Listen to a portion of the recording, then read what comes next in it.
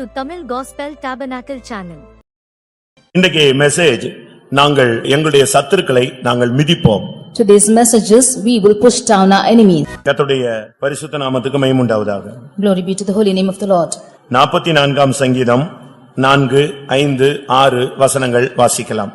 44th Psalm verses 4, 5, 6 and 7. தேவனே, நீர் என் ராஜா, யாக்கோபுக்கு இரட்சிப்பை கட்டளையிடும். உம்மோலே எங்கள் சத்துருக்களை கீழே விழத்தாக்கி எங்களுக்கு விரோதமாய் எழும்புகிறவர்களை உம்முடைய நாமத்தினால் மிதிப்போம். என் வில்லை நான் நம்பேன், என் பட்டயம் என்னை இரட்சிப்பதில்லை. கர்த்தருடைய பரிசுத்த நாமத்துக்கு மகிமை உண்டாவதாக. Glory be to the holy name of the Lord.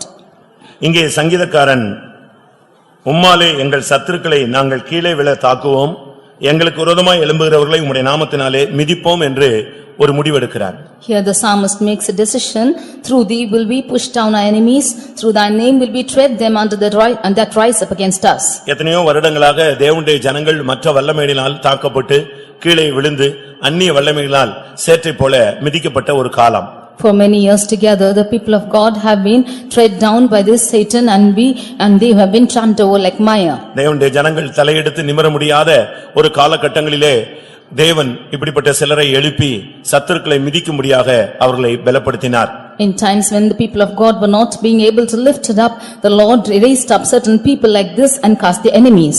கர்த்தருடைய பரிசுத்த நாமத்துக்கு மகிமை உண்டாவதாக. Glory be to the holy name of the Lord. அநேக தேவனுடைய பிள்ளைகள் இந்த நாட்களிலே ஆண்டவருடைய சமூகத்திலே வந்திருந்தும் சத்துருவை மேற்கொள்ள முடியாமல் அவர்கள் தடுமாறுகிறார்கள். Many children of God having come to even to the presence of God, they are stumbling without able to overcome the enemies. இன்றைக்கு இந்த வசனத்தை நீங்கள் ஒரு வாக்குத்தத்தமாக நீங்கள் பிடித்துக் கொள்ளலாம். Today you can hold on to this verse as a promise.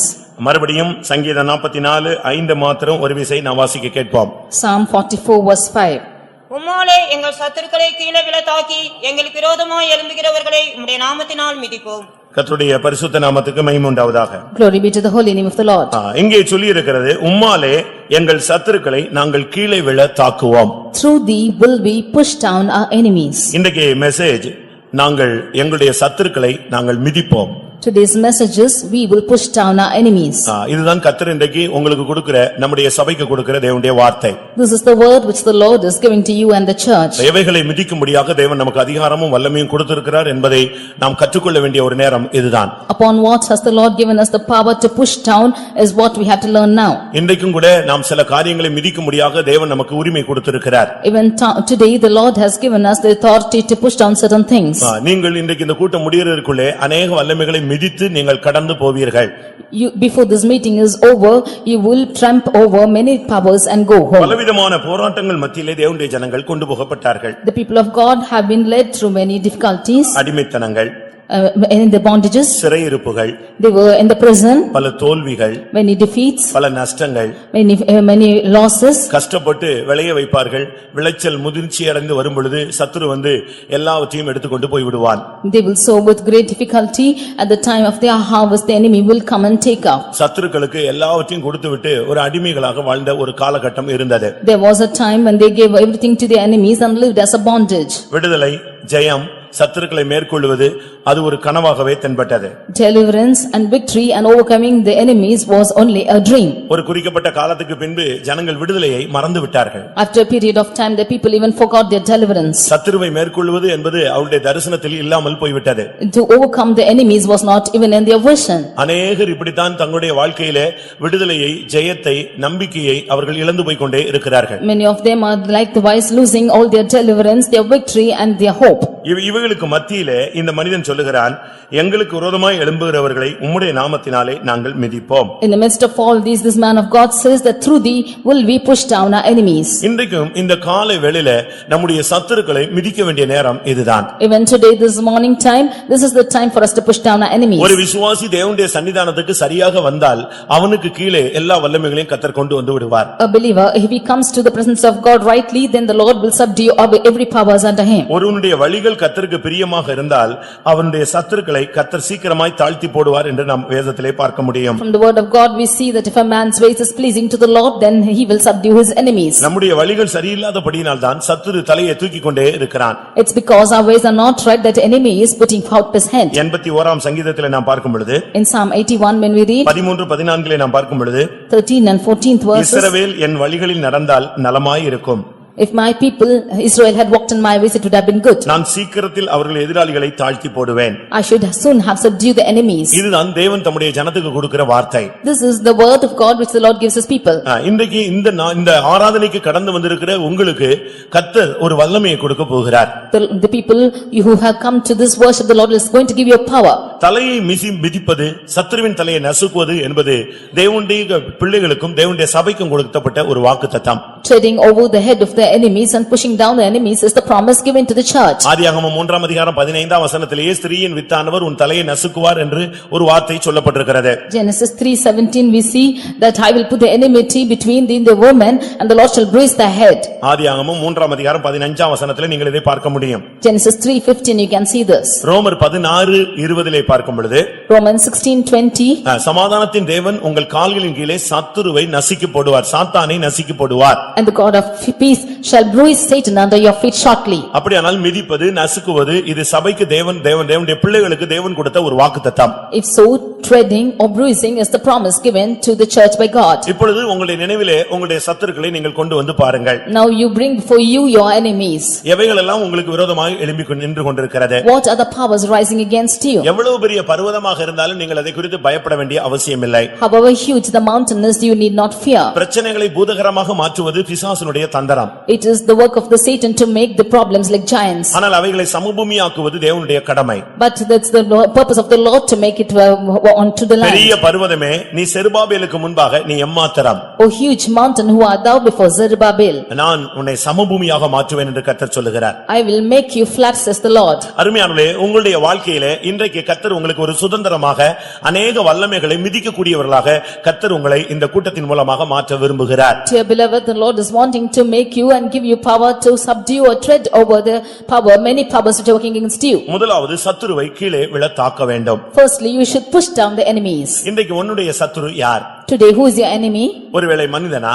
Is it a human being? உன்னுடைய குடும்பத்தாரா? Or your family members? உன்னுடைய நண்பர்களா? Or your friends? உன்னுடைய உனக்கு விரோதமாக எழும்பி இருக்கிற பிசாசா? Or Satan which is risen against you? உன்னுடைய மனதே உனக்கு சத்துருவாக இருக்கிறதா? Or is your mind your enemy? உன்னுடைய சரீரமே உனக்கு சத்துருவாக இருக்கிறதா? Is your body your enemy? உன்னுடைய வழிகளிலே சத்துருத்துவம் பெருகி இருக்கிறதா? Is the enemies being increased in your ways? உன்னுடைய விசுவாசத்துக்கு விரோதமாய் பல வல்லமைகள் எழும்பி இருக்கிறதா? Are the powers risen against your faith? எவைகள் எப்படி இருந்தாலும் இன்றைக்கு சத்துருவை கர்த்தர் கீழே விழ தாக்க போகிறார். Whatever might be, today the Lord is going to push down the enemies.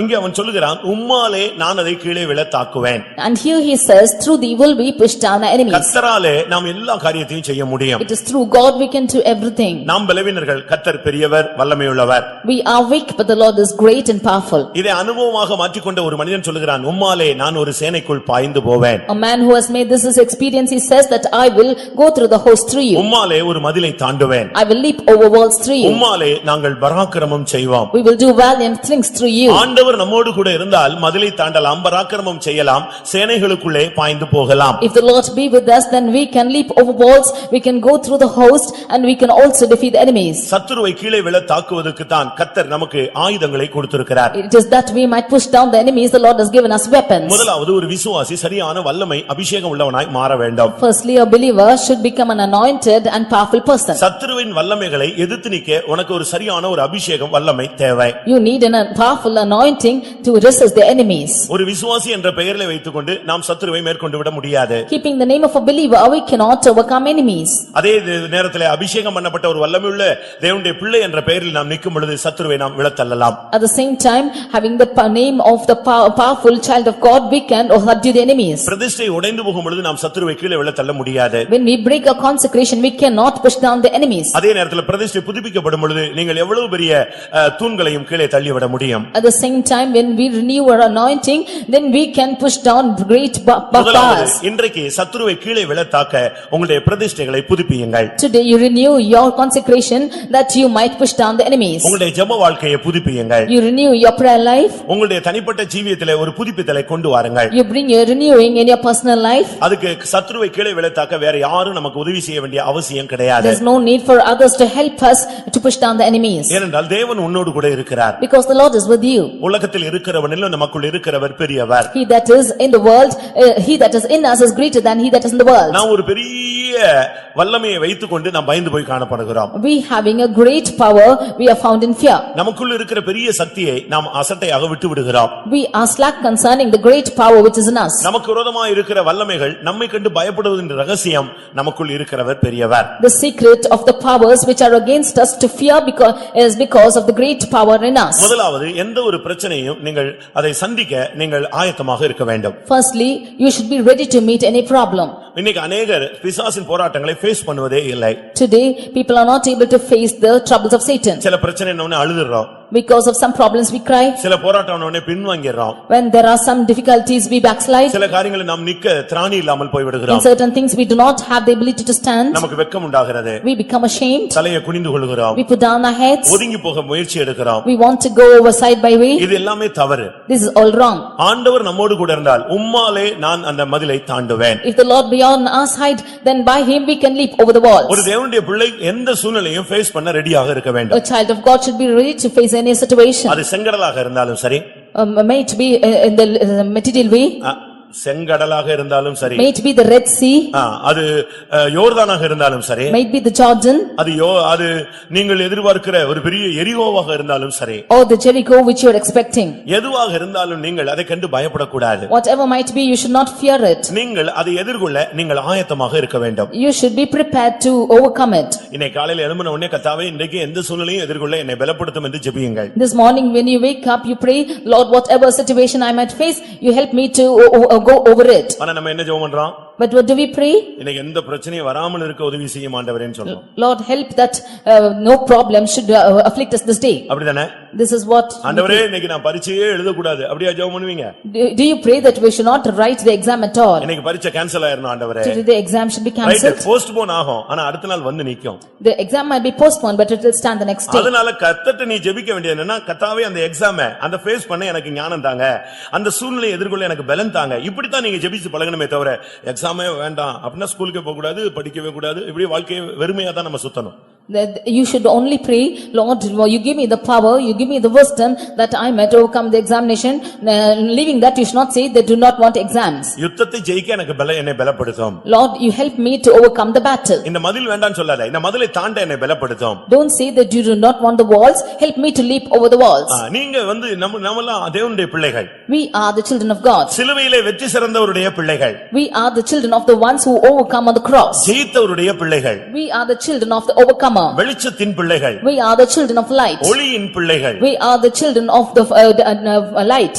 அப்படி இருக்கும்போது நாம் இந்த நாட்களில் ஜெயிக்க முடியாகவே பிறந்தவர்கள். If so, we have been born that we might overcome. அதனால எந்த பிரச்சனையும் வேண்டாம் இல்ல, எந்த பிரச்சனையும் ஜெயிக்க என்னை பலப்படுத்துன்னு சொல்லுங்க. Therefore, do not say that you do not want any problems, help me to overcome these problems. உம்முடைய பலன் இருந்தால் எனக்கு போதும். If your strength is there, it is sufficient. உம்முடைய கிருபை இருந்தால் எனக்கு போதும். If your grace is with me, it's sufficient. என் சத்தம் உமக்கு கேட்கட்டும், உம்முடைய சத்தம் எனக்கு கேட்கட்டும். Let my voice be heard by you and your voice be heard to me. உம்முடைய கண்களிலே நான் தென்படட்டும், என்னுடைய கண்களிலே நீர் தென்படும். Let you be seen in mine eyes and I be seen in your eyes. உம்முடைய பாதத்திலே நான் விழுகிறேன், என்னை பலப்படுத்தும். I fall at thy feet, strengthen thou me. என்னுடைய கரங்களை பலப்படுத்தும் ஆண்டவரே. And strengthen thou my hands, Lord. என்னுடைய நாவை பலப்படுத்தும் ஆண்டவரே. Strengthen my tongue, Lord. என்னுடைய கால்களை பலப்படுத்தும் ஆண்டவரே. Strengthen my feet, Lord. இப்படி தான் நீங்க ஜெபித்து நீங்கள் போர்க்குணம் உடையவர்களாக அங்க போய் நிற்கணும். This is how you should pray and go with the mind of battle. எதற்கும் பின்னடையாதான ஒரு சிங்கம் போல நாம் நிற்க வேண்டிய ஒரு தேவனுடைய பிள்ளைகள். You should go ahead like the lion which go forwards for anything. இங்கே சொல்லுகிறான், உம்மாலே எங்கள் சத்துருக்களை நாங்கள் கீழே விழ தாக்குவோம். Here he says, through thee we will push down our enemies. அருமையான சகோதரனே சகோதரியே, உன்னுடைய வாழ்க்கையில இதுவரை உனக்கு விரோதமாக எழும்பின சத்துருவை நீ கீழே விழ தாக்கி இருக்கிறாயா? Dear brother, sister, have you thus far pushed down the enemies which have been rising against you? சொப்பனத்துல கூட நீ தோத்து போக கூடாது. Even in your dream you should not defeat it. ஒரு சொப்பனத்துல ஒரு பிசாசோடு உனக்கு போராட்டம் வருகிறது என்று நீ கண்டால் கூட அந்த சொப்பனம் முடியறதுக்குள்ள நீ ஜெயித்த மாதிரி தான் சொப்பனம் வரணுமே தவிர சொப்பனத்துல கூட நீ தோற்று போக கூடாது.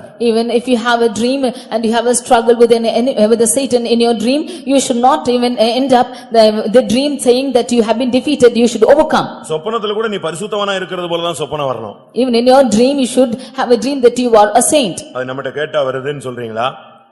நம்மட்ட கேட்டா சொப்பனம் வருது, நம்மிடத்துல கேட்டு விட்டா சொப்பனம் வருது. If is the dream coming asking us? யோசிச்சு பாருங்க, Just think and see. ஆனா பைபிள் சொல்லுது நீ சொப்பனத்துல கூட தோற்று போக கூடாது.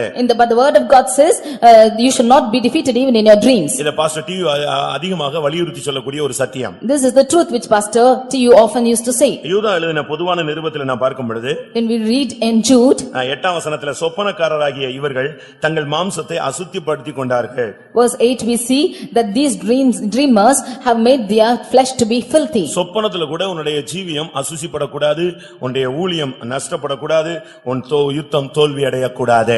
Even in your dreams you should not have failures and your dream should not be filthy, you should not be defeated. அப்ப நீ தூங்கும்போது சொல்லணும், கர்த்தாவே இன்றைக்கு நீர் என்னோடு பேசும், இன்னைக்கு சொப்பனத்துல கூட நான் தோற்று போக கூடாதுன்னு ஜெபிச்சிட்டு நீ படுக்கணும். If so, when you are going to sleep you should pray, Lord you show me a dream that I should not be defeated in it. சொப்பனத்துல நீங்க எத்தனை விஷயம் தோற்று போயிருப்பீங்க? How many times have you been defeated in your dreams? சொப்பனத்துல எத்தனை தடவை பிசாசு அமுக்குற மாதிரி கத்தி எழும்பி எல்லாரையும் கூச்சல் போட்டு கத்திருப்பீங்கன்னு யோசிச்சு பாருங்க. How many times you have seen that Satan has been pushing you down in your dreams and you shouted and woke many?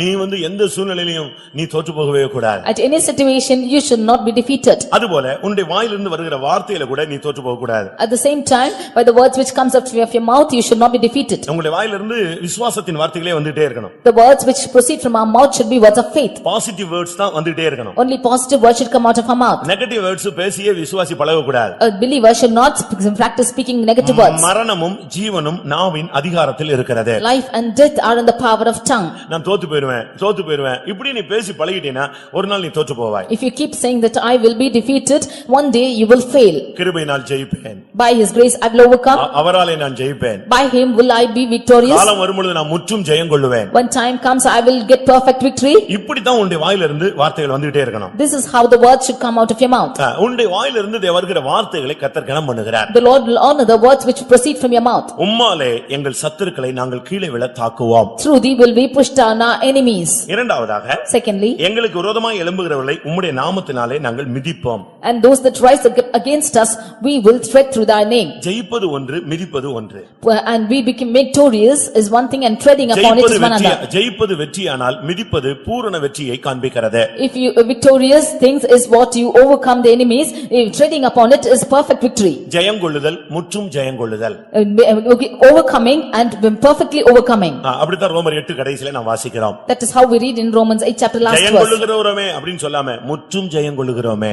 We see that not only he says victorious but perfectly victorious. எந்த சூழ்நிலையிலும் ஒரு தேவனுடைய பிள்ளை முற்றும் ஜெயிக்கிறவனாக மாற வேண்டியது அவசியம். At any situation any child of God should be perfectly victorious. இன்றைக்கு தேவன் சொல்லுகிற வார்த்தை நீ சகலத்தையும் மிதிப்பாய். Today what the Lord says is you will tread over everything. உனக்கு அந்த அதிகாரம், வல்லமை, கிருபை, வல்ல ஈவு தேவன் கொடுத்திருக்கிறார். He has given you his power, his gift and his grace for it. உம்மாலே எங்களுக்கு விரோதமாய் எழும்புகிறவர்களை நாங்கள் மிதிப்போம். Through thee we will tread over the ones who rise up against us. இது எதை காண்பிக்கிறது? What does this show? சத்துருக்களை நாம் மேற்கொள்ள வேண்டியது அவசியம். It is necessary for us to overcome the enemies. மனது ஒரு சத்துரு. Mind is an enemy. சரீரம் ஒரு சத்துரு. Body is an enemy. மரணம் ஒரு சத்துரு. And death is an enemy. அடுத்து உன்னுடைய வீட்டார் ஒரு சத்துரு. Your household is an enemy. இப்படி பலவிதமான சத்துருத்துவத்தை நீ இந்த பூமியிலே நீ சந்தித்துக் கொண்டே இருக்கிறாய். Like this you are facing many enemies in this world. எல்லா வல்லமைகளையும் நீ ஜெயிக்க வேண்டியது அவசியம். You have to overcome all these powers. உபாகமம் 33:29 வாசிக்கும் பொழுது நீ சத்துருக்களுடைய மேடுகளை மிதிப்பாய். Deuteronomy 33:21 we can see that you will leap over the hills of the enemies. இது தேவனுடைய பிள்ளைகளுக்கு கொடுக்கப்பட்ட ஒரு வாக்குத்தத்தம். This is the promise given to the child of God. இது யெஷூரனுக்கு சொல்லப்பட்ட ஒரு வார்த்தை. This is the word given to Jeshurun. இல்லாவிட்டால் இஸ்ரவேலுக்கு சொல்லப்பட்ட ஒரு வார்த்தை. Or it's the word given to Israelites. கடைசி வசனத்தில் சொல்லு, இஸ்ரவேலே நீ பாக்கியவான், நீ சத்துருக்களின் மேடுகளை மிதிப்பாய். In the last verse it is said, O Israel, thou art blessed, for thou shalt leap over the hills of the enemies. சத்துருக்கள் உனக்கு அடங்குவார்கள். And the enemies will be subjected to you. இன்றைக்கு கர்த்தர் உன்னை சகல வல்லமையிலும் மிதிக்கக்கூடிய அதிகாரம் உள்ளவனாய் மாற்றுகிறார். Today the Lord is making you power to tread over every enemy. எதெல்லாம் உனக்கு எதிராக நிக்கிறதுன்னு பாரு. You see what is standing against you. எந்தெந்த பிரச்சனைகள்லாம் உனக்கு விரோதமா நிக்குதுன்னு பாரு. See what are the problems which are rising against you. எந்தெந்த வல்லமைகள்லாம் உனக்கு விரோதமா எழும்பி நிக்கிறதுன்னு பாரு. See what are the powers which are rising and standing against you.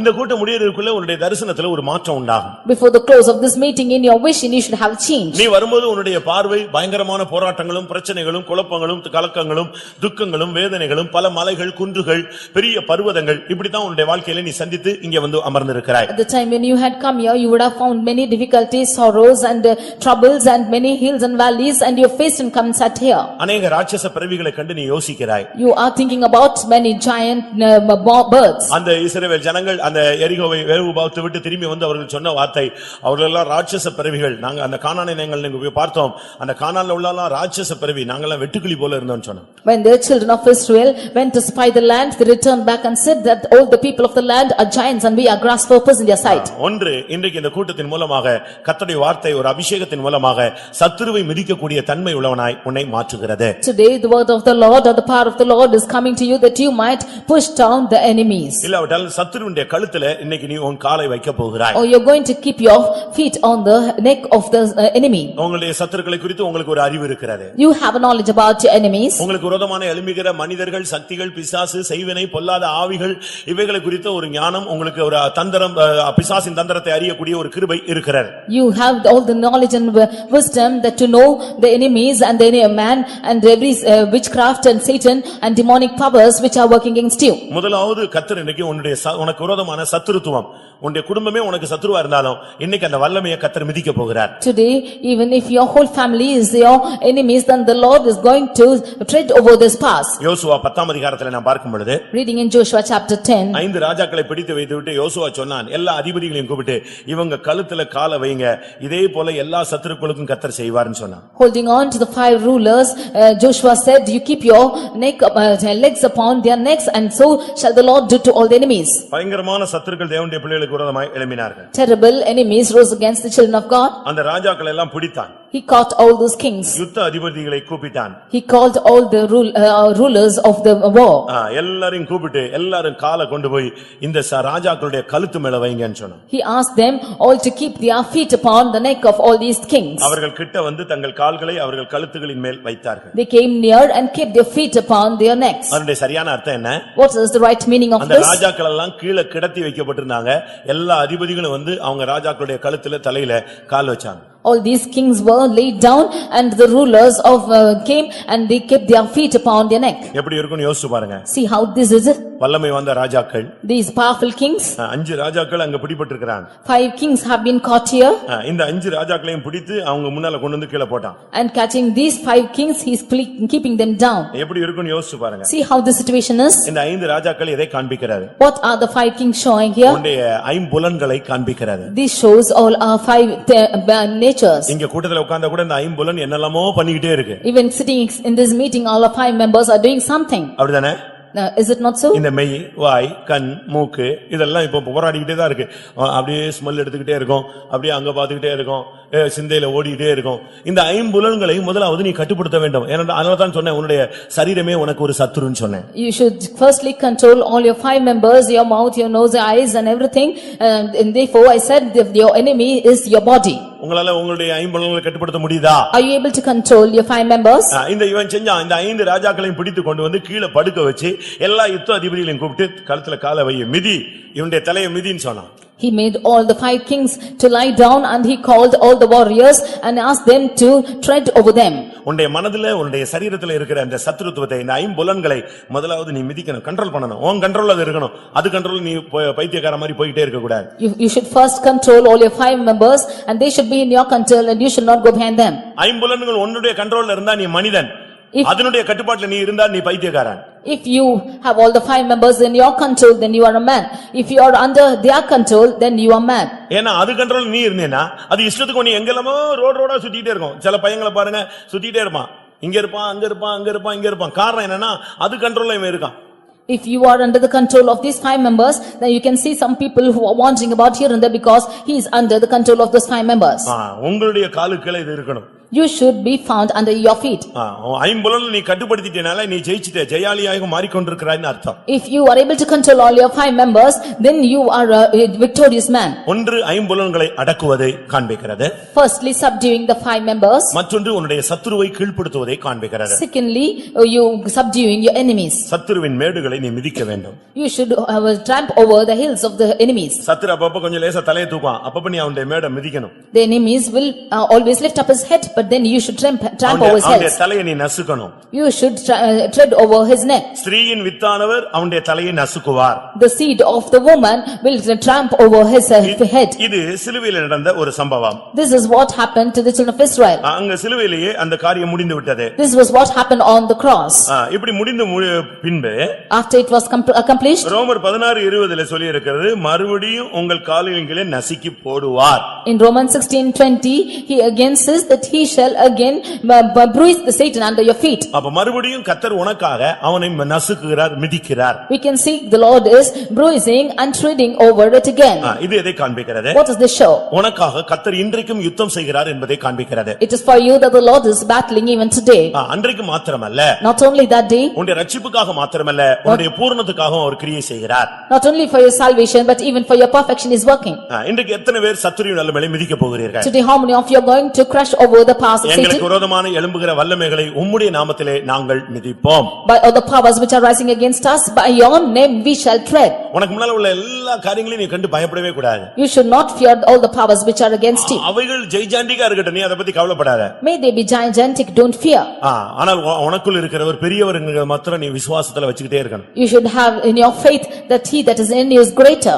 Problem ஜாஸ்தி ஆகும் போதெல்லாம் நீங்க சொல்லுங்க, உலகத்தில் இருக்கிறவன் எனக்குள் இருக்கிறவர் பெரியவர். As the problems keeps increasing, you say, he that is in me is greater than he that is in the world. உன்னால ஃபேஸ் பண்ண முடியலனா அந்த அறிக்கையை நீ உரத்த சத்தத்தோட சொல்லு. If you are not able to face it, you resound it loudly like this. ஜெய்ஜாண்டிகா Goliath நின்னுட்டு இருக்கான். தாவீது ஒரு குட்டி பையன், குள்ளமான ஒரு ஆள். இவன் வந்து நின்ன உடனே அவன் இவனை பார்த்து பரியாசம் பண்ணான். Goliath is standing huge in gigantic figures, but David is so small, he is standing before him and he is teasing him. இவனை நிந்திச்சான். He is reproaching him. அவனை பரியாசம் பண்ணான். He is teasing him. அப்பொழுது தாவீது சொன்ன வார்த்தை என்ன தெரியுமா? What was the word that David said that time? நீ நிந்தித்த சேனைகளின் கர்த்தருடைய நாமத்துல நான் வந்திருக்கிறேன். I come in the name of the Lord whom thou reproachest. உன் தலையை இன்றைக்கு உன்னை விட்டு நான் வாங்கி போடுவேன். Today I am going to take off your head from you. 1 Samuel 17:45 சொல்றான், நான் கர்த்தருடைய நாமத்துல வந்திருக்கிறேன். In 1 Samuel 17:45 says that I have come in the name of the Lord. அவர் இன்னைக்கு உன்னை என் கையில ஒப்பு கொடுப்பார். And the Lord shall give you into my hands today. உன் தலையை நான் உன்னை விட்டு இன்னைக்கு வாங்குவேன். I will take off thine hand from thee. எப்படி இருக்குன்னு யோசிச்சு பாருங்க. See how it is. அவன் நேரா போய் அவனுடைய ஷோல்டர்ல மிதிச்சிட்டு அவன் தலையை கழுத்தை வெட்டி துண்டை எடுத்தான். He went straight upon him, he stamped him over his shoulders and took off his head. முதலாவது போய் அவன் தலையை மிதிச்சான். Firstly he went and tread over his head. அதுதான் அவனுடைய தேவனுடைய திட்டம். That was the plan of God. ஒன்று சத்துருவை அழிப்பது. Firstly to destroy enemy. உனக்கு விரோதமா எந்த மனிதனோ பிசாசோ செய்வனையோ அதை பத்தி கவலைப்படாத. இன்னைக்கு கூட்ட முடியறதுக்குள்ள நீ ஒரு விசுவாச அறிக்கை, கர்த்தாவே அந்த செய்வனையை நான் மிதிப்பேன், நான் என்னை மிதிக்க வைப்பீர். Whatever man or Satan or witchcraft it is, you today in the close of this meeting you say, Lord, you will make me to tramp over that witchcraft. இரண்டாவது, ஆண்டவரே இந்த ஐம்புலன்களை நான் அடக்குவேன். Secondly, Lord, I will subject all these 5 members. இந்த ஐம்புலன்களை அடக்கத்தான் உனக்கு பரிசுத்த ஆவியானவர் அருளப்பட்டிருக்கிறார். In order to subject these 5 members as Holy Spirit given to இந்த you. ஐம்புலன்களை அடக்கத்தான் உனக்கு அடிக்கடி சத்தியங்கள் கொடுக்கப்பட்டுட்டே இருக்கிறது. These doctrines are revealed to you on then and there because that you might control your 5 members. இந்த ஐம்புலன்களை அடக்கத்தான் அவ்வப்பொழுது கிருபை, ஆலோசனை, தேவனுடைய வார்த்தை உன்னை நோக்கி வந்து கொண்டே இருக்கிறது. In order to control these 5 members, you receive the word of God and the truth always given to you. மூன்றாவது, ஒரு விசுவாசி இல்லாவிட்டா ஒரு தேவனுடைய பிள்ளை ஜெயிக்க வேண்டியது பிரச்சனைகளை ஜெயிக்கணும். Thirdly, a believer or a child of God should overcome problems. இன்னைக்கு ப்ராப்ளம்ஸ் சொல்றது ஒவ்வொரு நாளும் புதுசா ஒரு பிள்ளையை சந்திச்சுக்கிட்டே இருக்கு. Today we see problems are facing the people every day in a new way. அது அடிக்கடி மலை போல வந்துருது. It is often coming as mountains. இன்னைக்கு ஒன்று சத்துரு, இரண்டாவது ஐம்புலன், மூன்றாவது நீ செய்ய வேண்டியது ப்ராப்ளத்தை மிதிக்கணும். Firstly is the enemy, secondly are the 5 members, and thirdly you should tread over the problems. ஏசாயா 41ல பார்க்கும் பொழுது, Isaiah chapter 41 15ஆம் வசனத்துல, verse 15, நீ மலைகளை மிதிப்பாய். you will tread over mountains. இது மலையேறி போற காரியத்தை சொல்லப்பட்டதல்ல. This is not things spoken about mountain. அந்த மலைகளை மிதித்து குன்றுகளை பதறுக்கோப்பாய் மாற்றுகிற அனுபவத்தை காண்பிக்கிறது. This is the experience which says that thou shalt thresh the mountains and beat them as small. ஏசாயா 41:15 வாசிப்போம். Isaiah 41 verse 15. இதோ போரடிக்கிறதற்கு நான் உன்னை புதிதும் கூர்மையுமான பற்களுள்ள யந்திரமாக்குகிறேன். நீ மலைகளை மிதித்து நொறுக்கி குன்றுகளை பதர்கோப்பாக்கி விடுவாய். மலைகளை, அதாவது பிரச்சனைகளை நீ மிதித்து நீ ஒன்றுமில்லாமல் மாற்ற வேண்டும். You should thresh the mountains or your problems and make them nothing. உங்களுக்கு என்ன பிரச்சனைகள் இருக்கிறது? What are the problems with you? மலை போல வந்தாலும் அதை பனி போல கர்த்தர் உருக பண்ண வேண்டும். Although it comes like the mountain, the Lord will melt as the dew. ஆண்டவருக்கு முன்பாக பர்வதங்கள் மெழுகு அக்கினிக்கு முன்பாக உருவது போல உருகுமா. Before the Lord, the mountains will melt and become as the dew.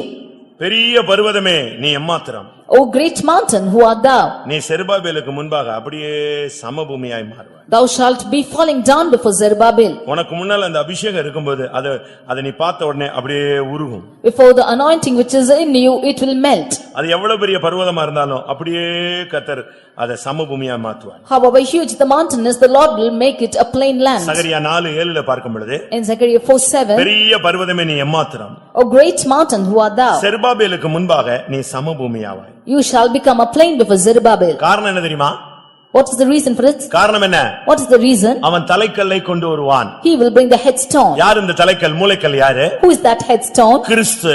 It is Christ. உன்னுடைய வாழ்வில கிறிஸ்துவை நீ முக்கியப்படுத்தும் பொழுது இந்த பெரிய பர்வதம்லாம் அப்படியே கீழே போய்டும். When you give importance to Christ in your life, then all these big mountains will become nothing. நீ மலைகளை மிதிப்பாய். You will trample over mountains. குன்றுகளை பதறுக்கொப்பாய் நீ மாற்றி விடுவாய். And you will make hills as chaff. அதுக்கு காரணம் என்ன தெரியுமா? What is the reason for this? உன்னை கூர்மையான ஒரு யந்திரமாய் வல்லமையுள்ள ஒரு தேவனுடைய பிள்ளையாய் கர்த்தர் மாற்றுகிறார். The Lord is making you a sharp threshing instrument or a powerful child of God. சபையிலே ஒரு தரம் பிரச்சனை அதிகரித்ததாம். Once the problems increased in the church, pastor Jacob அவர்கள் தங்களுடைய வாழ்க்கையிலே சொன்ன ஒரு காரியம். And Pastor Jacob in his life he has told one incident. அவருடைய வாழ்வில் நடந்த ஊழியத்தின் பாதையிலே நடந்த ஒரு காரியம். In the path of his ministry, a thing which happened. அதிகமான பிரச்சனை. A lot of problems. காலையிலே பல கேள்விகள், பல குற்றச்சாட்டுகள், பலருக்கு அவர் பதில் சொல்ல வேண்டிய ஒரு சூழ்நிலை. He had many questions and accusations and he had to answer many of them. காலையிலே அந்த பிரச்சனையை அவர் ஃபேஸ் பண்ண வேண்டும். He had to face the problem that morning. இரவுல தூக்கமே வரலையா? That night he could not sleep. ஜெபிச்சு பார்த்தாராம் இந்த பிரச்சனை மறுபடி வந்து விஸ்வரூபம் எடுத்து போராடுது. He kept praying again and again, but these problems was recurring and it was taking a great shape. இவ்வளவு பேர் வந்தா எப்படி நீ ஃபேஸ் பண்ணுவ? How will you face if so many people come? இப்படி ஒரு கேள்வி கேட்டா நீ என்ன பதில் சொல்லுவ? What will you answer for such a question?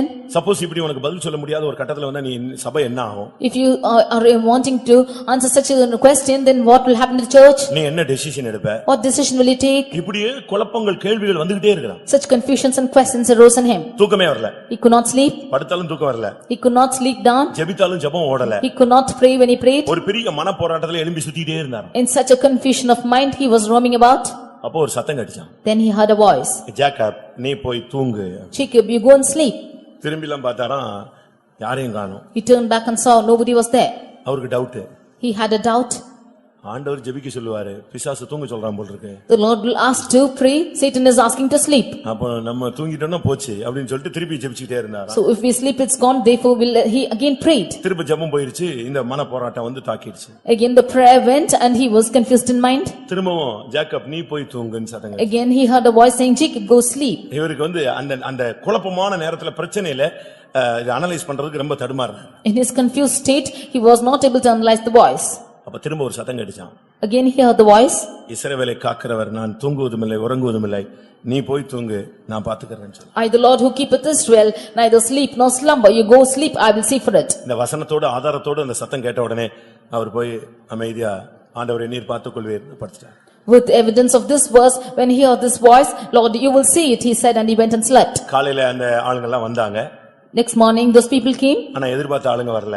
but the expected people did not come. பேச்சுவார்த்தை தொடங்கினது. And the conflict started. எதிர்பார்த்த கேள்வி ஒருத்தனும் ஒண்ணுமே கேட்கல. None of the questions that he expected they arose. என்ன பதிலும் சொல்ல வேண்டிய அவசியம் இல்லாமல் போயிருச்சு. There was no need for him to answer at all. வந்தவங்க எல்லாம் அமைதியா இருந்துட்டு சரி எல்லாம் ஜெபம் பண்ணுங்க ஸ்தோத்திரம் பண்ணிட்டு எல்லாம் போயிட்டாங்க. All the people who came were calm, they just praised God and went.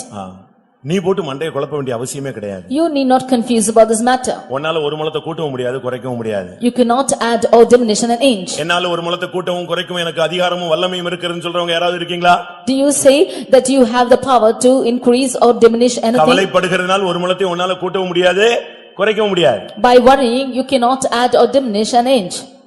ஆனால் தேவன் அதை பார்த்து கொண்டால் அது சரியாயிடும். But if the Lord should look into it, it will be all என்ன right. நடந்தது?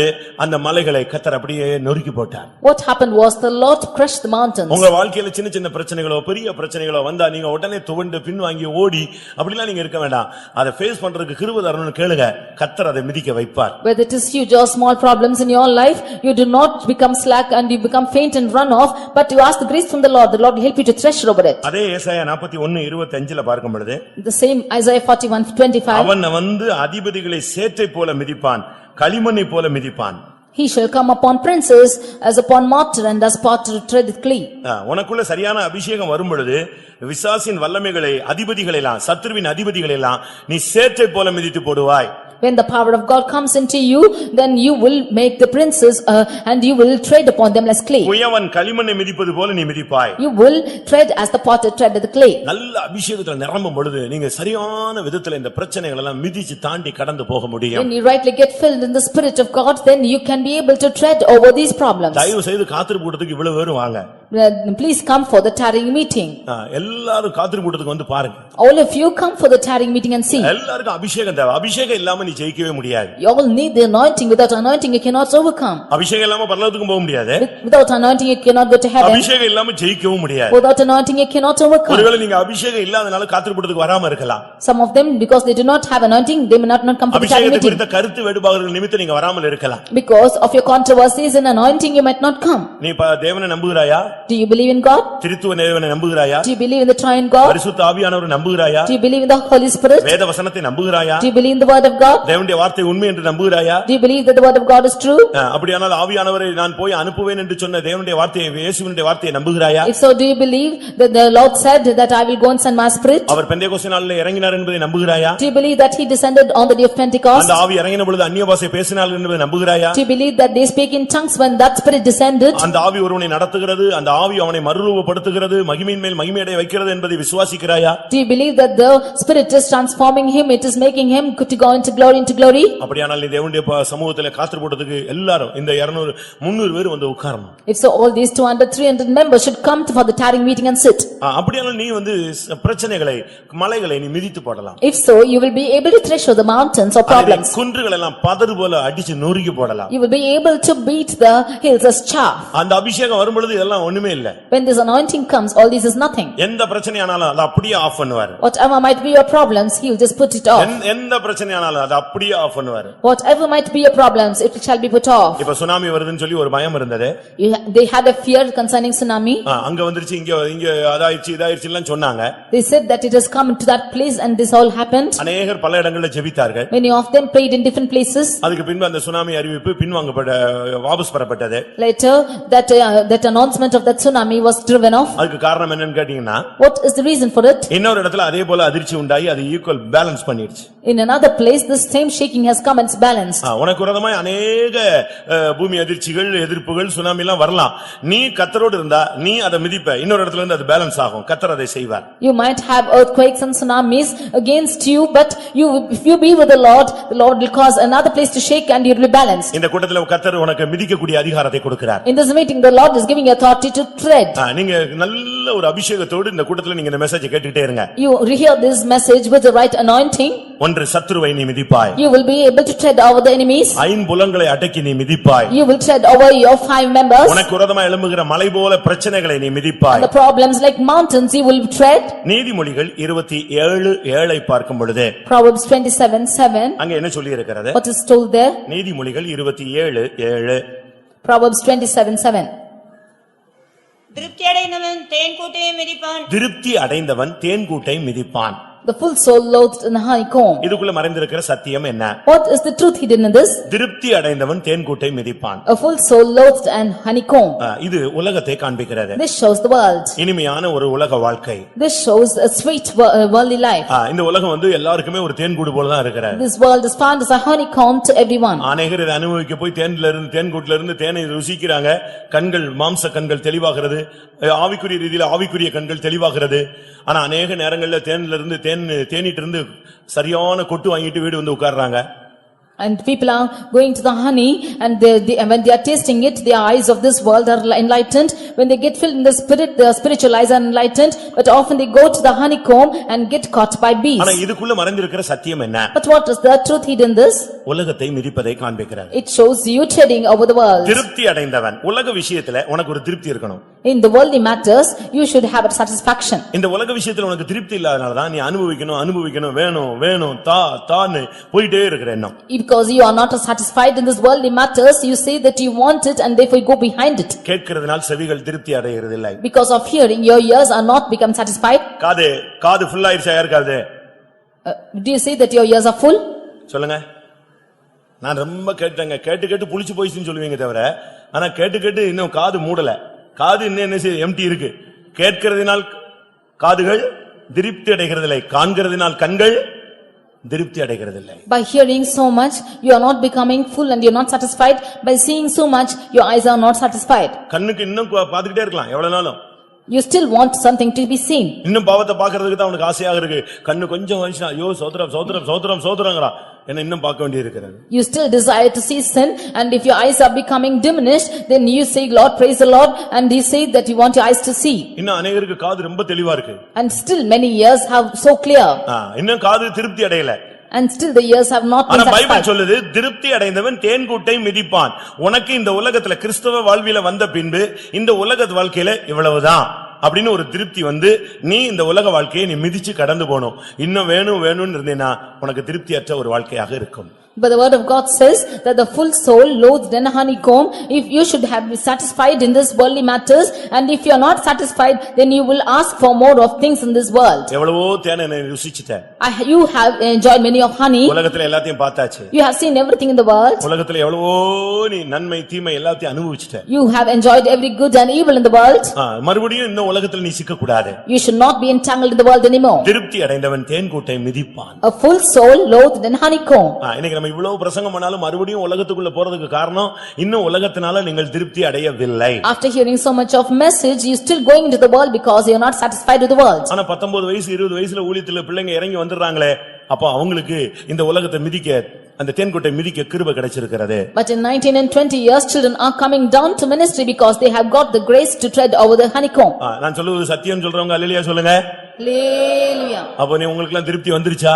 If so, are you satisfied? ஒரு வெறுப்புத்தன்மை வந்துருச்சா? Do you have a tendency of hatred? விடக்கூடிய கிருபை கிடைச்சிருச்சா? Do you got the grace to leave it? வெறுக்கும் தன்மை கிடைச்சிருச்சா? Do you have the grace to hate it? அதை மறந்து விடக்கூடிய கிருபை கிடைத்து விட்டதா? Have you got the grace to forget it? நீங்க திருப்தி அடைஞ்சாதான் அதை மிதிக்க முடியும். Only if you are satisfied you can tread over. திருப்தி அடைந்தவன் தேன்கூட்டை மிதிப்பான். He who is full loathed in honeycomb, அவனுக்கு அது ஒரு பிரச்சனையே கிடையாது. he has no problem in it. இந்த ஸ்வீட் கடையில வேலை பார்க்கறவங்கள பாருங்க. Go and see the ones working in the sweet shop. நீங்க போனீங்கன்னா எடுத்து திம்பீங்க. அவன் அதை பார்த்து அந்த ஸ்மெல் எல்லாம் அவனுக்கு முகத்துல அடிச்சு அவன் ஸ்வீட்னாலே கிட்ட போக மாட்டான். அதெல்லாம் அவனுக்கு வந்து தேவையில்லாத ஒன்று. If you go, you will keep eating the sweet, but he is seeing all those sweets, he is being fed up with it and is not wanting the sweets. நீ மிதிக்கலன்னு சொன்னா கர்த்தர் உன்னை மிதிக்க வைப்பாரு. If you are not treading over, the Lord will make you to tread over. அதனால தான் இன்னைக்கு sweet அநேகருக்கு சுகர் வந்துருச்சு. பார்க்கலாம், ஏங்கலாம், ஆனா சாப்பிட முடியாது. That is why many of them are affected with diabetes. They can see, they can long for it, but not eat it. நீ அதை காண்பாய், ஆனால் அதை என்ன செய்ய மாட்டாய்? புசிக்க மாட்டாய். You can see it, but not eat of it.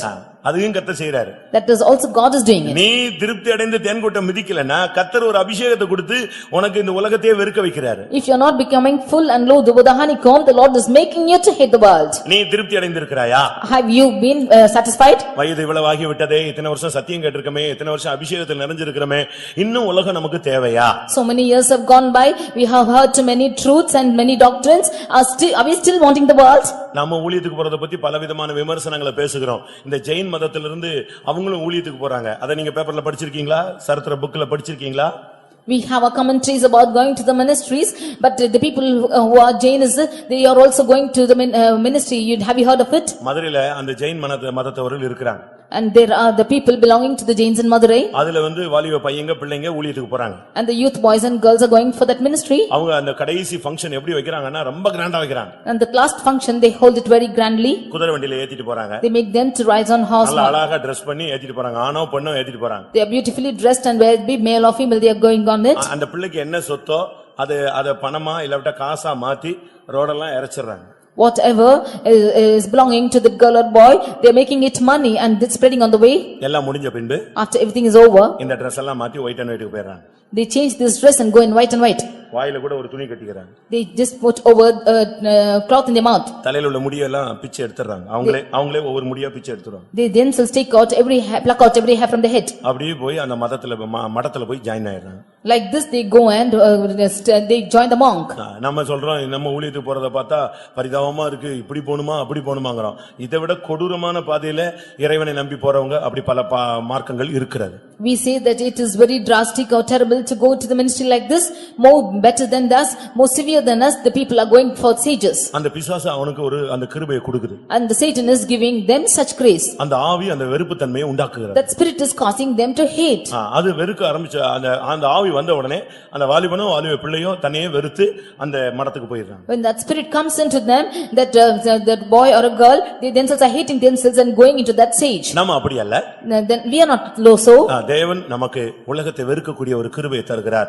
திருப்தி அடைந்து நீ இந்த உலகத்தை மிதிக்க வேண்டும். The Lord is granting us the grace to hate the world. You should become full and loathe the world. உலகம் உனக்கு ஒரு பாத்திரமா இருக்க கூடாது. This world should not be a vessel to you. எல்லாவற்றையும் அனுபவிக்க அதிகாரம் உண்டு, ஆனால் ஒன்றும் உனக்கு தகுதியாயிராது. We have the worthiness to enjoy everything, but none of them will be eligible to us. இந்த உலகத்துல என்னத்தை உனக்கு முன்னால வச்சாலும் நீ அதை மிதிச்சு கடந்து போகணும். All what is kept before you in this world, you should tread over and go ahead. நீ அதை பத்தி மதிப்பே கொடுக்க கூடாது. You should give no value to it. பணத்தை நீ மிதிக்கணும். You should tread over money. செல்வங்களை நீ மிதித்து கடந்து போக வேண்டும். You should tread over riches. உலக ஆடம்பரங்களை நீ மிதிக்கணும். You should tread over the fashions of this world. நீ இதெல்லாம் மிதிக்காம நீ பரலோகத்துல நீ கால் வைக்காம அங்க அந்த தேசத்தை போய் கால் வச்சு மிதிக்க முடியாது. Without treading over these things, you cannot go and tread over the heaven. இன்னைக்கு நீ உலகத்தை நீ ஜெயிக்கணும். You should overcome the world today. உனக்கு இந்த உலகத்துல இன்னும் திருப்தி வரலையா? Are you not still satisfied with the world? 40 ஆயிடுச்சே. You are still 40, you are 40. 50 வயசு ஆயிடுச்சே. You are 50 years. பேர பிள்ளைகள்லாம் எடுத்துட்டீங்களே. You have begotten your grandchildren. இன்னும் உலகத்தை விட முடியலையே. You are still not able to leave the world. இன்னும் எவ்வளவோ காரியங்களை விட முடியல. நான் சொன்னா ரொம்ப துக்கமா இருக்கும். You are still not able to leave many things. It will be grievous to you if I tell. இதெல்லாம் விட முடியலன்னு இப்ப நான் சொன்னா பாதி பேர் சிரிப்பீங்க, பாதி பேர் எழும்பிடுவீங்க. If I am able to tell you all what you are not able to leave, some of them will laugh and half of them will leave. ஏனடா இன்னும் நமக்கு திருப்தி இல்ல. Because we are still not satisfied. உங்களுக்கு உலகத்துல ஒரு திருப்தி உண்டாகணும். You should have satisfaction in this world. அப்ப திருப்தியானதா உனக்கு ஒரு வெறுப்பு உண்டாகும். Only when you are satisfied you will have a hatred. உலகத்துல உனக்கு திருப்தி இல்லாத பட்சத்துல நீ இந்த உலகத்து பின்னால போயிட்டே தான் இருப்ப. Without satisfaction in this world you will yet go behind the world. திருப்தி அடைந்தவன் தேன்கூட்டை மிதிப்பான். He that is full soul loathes and honeycomb. உனக்கு முன்னால என்னத்த முழு உலகத்தையும் கொண்டு வந்து வைத்தாலும் நீ அதை மிதிச்சு கடந்துட்டு போணும். எனக்கு இது ஒன்றும் பாத்திரம் அல்ல. என்ன வந்தாலும் என்னை எந்த வல்லமையிலிருந்து பிரிக்க கிறிஸ்துவின் அன்பிலிருந்து பிரிக்க முடியாது. Even if the whole world is kept before you, you should tread over and say that none of these is worthy to me, and whatever might come none can separate me from the love of Christ. உலகத்தின் ஆடம்பரங்கள் எல்லாம் உனக்கு முன்னால கொட்டி வைக்கட்டும், நீ ஏமாந்துறாத. Let all the fashions of the world be put down before you. You do not be deceived. உன்னுடைய உடைக்காக உன்னுடைய தெய்வீகத்தை விட்டுற கூடாது. For your dressing you should not leave your godliness. பணத்தின் நிமித்தம் நகையின் நிமித்தம் உன்னுடைய தெய்வீகத்தை நீ விட்டுற கூடாது. Because of the ornaments or your money you should not leave your godliness. அடுத்து 2 ராஜாக்கள் 9 அதிகாரம் 33 வசனத்தை பார்க்கும் பொழுது, Nextly 2 Kings chapter 9 verse 33. அங்கே யெகூ யெசபேலை மிதித்தான். There Jehu tread over Jezebel. எப்படி இருக்கும் பாருங்க அந்த வார்த்தை, எவ்வளவு அருமையான ஒரு வார்த்தை. See what a beautiful word is this. வாசிங்க 2 ராஜாக்கள் 9 அதிகாரம் 33 வசனம். அப்பொழுது அவன் அவளை கீழே தள்ளுங்கள் என்றான். அப்படியே அவளை கீழே தள்ளினதினால் அவளுடைய ரத்தம் சுவரிலும் குதிரைகளிலும் தெரித்தது. அவன் அவளை மிதித்துக்கொண்டு உள்ளே போய் அவன் அவளை மிதித்துக்கொண்டு உள்ளே போனான். He tread over her and he went inside. யெசபேல்னா சாதாரண ஆள் கிடையாது. Jezebel is not an ordinary one. பயங்கரமான வல்லமையான ஒரு பெண்மணி அவ. She was a powerful woman. ராஜாக்கள்லாம் அவளை பார்த்து பயப்படுவாங்க. The kings used to fear her. ஒரு ராஜா அவள்ட்ட தன்னை வித்தே போட்டுட்டான். A king even sold even to her. அவ சொன்னதுதான் அந்த தேசத்துல நடக்கும். All what she says will happen in the land. பயங்கர கன்னிங்கான ஒரு ஆள். She was a cunning person. பிசாசு அவளுக்குள்ள குடிகொண்டிருந்தான். And Satan was dwelling in her. விக்கிரக ஆராதனைக்கு அவதான் முதலிடம் கொடுத்த ஒரு பெண். She was the one who gave more importance to idolatry. ரொம்ப டஃப்பான ஆள் அவ. She was a tough person. புருஷன் ராஜா தான், ஆனா அவன்லாம் இவ கையில மண்டிடுவான். The king was also her husband was a king, but he will bend down before her. பாகாலின் தீர்க்கதரிசிகளை பாகால் வணக்கத்தை அதிகமா உற்சாகப்படுத்தின ஒரு பெண். She was the one who encouraged the worship of Baal. ஒரு திராட்சை தோட்டத்தை புடுங்கிறதுக்காக ஒருத்தனை கொன்னே விட்டாங்க. She killed even a person in order to take the vineyard. உடனே ஒரு 10 நிமிஷத்துல பொய் சாட்சியை ரெடி பண்ணா கல்லத்துக்கு எறிச்சு சாவடிச்சு க்ளோஸ் பண்ணிட்டான். Within 10 minutes she prepared false witnesses, threw stones over him and made him to die. அக்னியை வானத்திலிருந்து இறக்கின எலியாவை ஒரே மிரட்டுனா அவன் ஊழியம் வேண்டாம் ஒண்ணு வேண்டாம்னு எல்லாத்தையும் விட்டு ஓடியே போயிட்டான். Even Elijah, who made fire to descend from heaven, she threatened him and he said, I do not want this ministry, and fled. தீர்க்கதரிசிகளை மிரட்டுறவ. She is the one who threatens the prophets. 1 ராஜாக்கள் 19 அதிகாரத்துல பார்க்கும் பொழுது 1 Kings chapter 19 2 வசனத்துல சொல்றா, அவர்களில் ஒவ்வொருவனுடைய பிராணனுக்கு செய்யப்பட்டது போல நான் நாளை இந்நேரத்தில் உன் பிராணனுக்கு செய்யாதே போனால் தேவர்கள் எனக்கு சரியாய் செய்யக்கடவர்கள் என்று யெசபேல் எலியாவினிடத்திலே ஆள் அனுப்பி சொன்னாள். And Jezebel sent a messenger and said, "Let the gods do to me and more also, if I make not thy life as the life of one of them by tomorrow by this time." அக்கினிய வானத்திலிருந்து இறக்கி 450 தீர்க்கதரிசிகளை கொன்று போட்டு பலத்த கிரியைகளை செய்ததான எலியா இந்த வார்த்தையை கேட்டபோது ஊழியமே வேண்டாம் நான் செத்து போறேன்னு சொல்லிட்டு ஓடிவிட்டான். Elijah, who brought down fire from heaven and killed 450 worshippers of Baal, he said that when he heard this voice, he said, "I do not want ministry," and fled off. ஒரு இடத்துல போய் உட்கார்ந்து அழுது ஜெபிக்க ஆரம்பிச்சிட்டான். ஆண்டவரே போதும் என்னை எடுத்துக்கொள்ளும். He went to a place and cried to the Lord and said, "It is enough, Lord, take away my life." அவ்வளவு ரஃப்பான ஒரு ஆளவ. She is such a rough person. இன்னொரு விதத்துல பார்த்தா On another hand, யெசபேல் என்று சொன்னால் கற்பு இல்லாதவள் என்று அர்த்தம். Jezebel once means one who has no chastity. பைபிள்ல அவளுடைய பெயருக்கு அர்த்தம் கொடுத்திருக்கு யெசபேல் கற்பில்லாதவள். Jezebel means one who has no chastity. இன்னொரு விதத்துல பார்க்க போனா And if you see another angle, பயங்கர டெக்கரேட் மேக்கப் பண்ற ஆளவ. she is the one decorating herself. புருஷன் செத்த பிறகு கூட பயங்கரமா சீவி சிங்காரிச்சிட்டு தான் வெளியே வருவா. Even after husband is dead, she used to attire herself, paint herself and come out. இரண்டாம் ராஜாக்கள் 9ஆம் அதிகாரம் 30ஆம் வசனத்துல பாருங்க. 2 Kings 9:30. யெகூ இஸ்ரவேலுக்கு வந்தான். அதை யேசபேல் கேட்டபோது தன் கண்களுக்கு மையிட்டு தன் தலையை சிங்காரித்துக் கொண்டு ஜன்னல் வழியா எட்டி பார்த்து. எப்படி இருக்கும் வயசு? இந்த அம்மாவுக்கு என்ன வயசு? What is her age? உனக்கு வயசுக்கு ஒரு தராதரம் கிடையாது. Do you not have anything for your age? இத்தனை வயசு ஆன பிறகு அவ என்னெல்லாம் பண்ணிட்டு கிளம்பி வந்தாலாம் பாருங்க. புருஷன் ஏற்கனவே ஆல்ரெடி செத்து போயிட்டாரு. ஆனா இந்த அம்மா கிளம்பி வர்றாங்க இப்போ சர்ச்சுக்கு. வாசிங்க, மறுபடியும் வாசிங்க. யெகூ இஸ்ரவேலுக்கு வந்தான். அதை யேசபேல் கேட்டபோது தன் கண்களுக்கு மையிட்டு தன் தலையை சிங்காரித்துக் கொண்டு ஜன்னல் வழியா எட்டி பார்த்து. அதான் அவளுடைய கடைசி makeup. That was her final makeup. அதோட கர்த்தர் அவளுடைய ஓட்டத்தை முடிக்க சித்தம் கொண்டார். With that the Lord wanted to finish her race. இந்த யெசபேலின் ஆவி வெளிப்படுத்தல்ல வாசிக்கும் பொழுது இன்றைக்கு புதிய ஏற்பாட்டு சபைகளிலே சில சபைகளில் இருக்கிறது. When we see about the spirit of Jezebel in the Revelation, even this is existing in the New Testament churches today. இது சபைகளுக்குள்ள வரக்கூடாது. They should not come into the church. வெளிப்படுத்தல் 2ஆம் அதிகாரத்தை பார்க்கும் பொழுது, when we read in Revelation chapter 2, 20ஆம் வசனத்துல பார்க்கும் பொழுது, verse 20, இந்த யெசபேல் உள்ளே இருக்கிறாள். This Jezebel is inside. இவளுடைய வாழ்வு, இவளுடைய ஆவியுடைய தாக்குதல் என்ன தெரியுமா? The attack of her spirit is, தன்னை தீர்க்கதரிசின்னு சொல்லுவா. she will say that she is a prophetess. ஆனா ஊழியக்காரரை பாவம் செய்ய வைக்கிற ஒரு ஆவி. And she will cause the servants of God to sin. விக்கிரகங்களுக்கு படைத்தவளை புசிக்கலாம் என்று போதிக்கக்கூடிய ஒரு ஆவி. She is the one who preaches that it is good to eat or sacrifice to idols. கடைசில சொல்றாரு, அவளை நான் கட்டில் கிடையாக்கி நியாயம் தீர்ப்பேன். And finally he says that I will make her to bedridden and I will judge her. யெசபேலின் ஆவி இன்னைக்கு சபைகளுக்குள்ள, விசுவாசிகளுக்குள்ள, ஊழியர்களுக்குள்ள வரக்கூடாது. Today the spirit of Jezebel should not come into the church between to the believers or workers. ஒருவேளை அந்த போராட்டங்கள் உங்களுடைய வாழ்க்கையிலே, ஊழியங்களிலே நீங்கள் சந்தித்துக் கொண்டிருந்தால், இன்றைக்கு நீங்கள் அபிஷேகத்தினாலே யெகூவை போல பக்தி வைராக்கியம் உள்ள வல்லமையினால் நிரப்பப்பட்டு நீங்கள் அந்த யெசபேலை மிதிக்க வேண்டும். If such a spirit is existing still in you, today you have to get the power like Jehu and you should tread over this Jezebel. இல்லாவிட்டால் இது வேசித்தனத்தினுடைய ஒரு ஆவி. Oh, this is the spirit of harlot. விபச்சாரத்தின் ஆவி. This is the spirit of harlotry. இந்த எல்லாரையும் மயக்கினது போல இவனையும் மயக்கிரலான்னு அவ ட்ரை பண்ணா. She wanted to even deceive him as she used to deceive the others. சிரிச்சா மயங்கிடுவான், பேசினா மயங்கிடுவான், கண்ணுல மை போட்டிருந்தா மயங்கிடுவான், தலையை சிங்காரிச்சா மயங்கிடுவான். இதெல்லாம் அபிஷேகம் பெற்றவனுக்கு முன்பாக நிக்க முடியாத சக்திகள். She thought that if she is laughing or smiling or painting her face or attiring her head, he will be flat with her, but to the anointed ones this is not possible. யாருக்குள்ளயாவது சகோதரிகளே, வாலிப பிள்ளைகளே, உங்களுக்குள்ள இந்த யெசபேலின் ஆவி இருக்கா? Dear sisters or the young brothers or sisters, do you have the spirit of Jezebel in you? வாலிப சகோதரிகளுக்குள்ள இந்த யெசபேலின் ஆவி இருக்கா?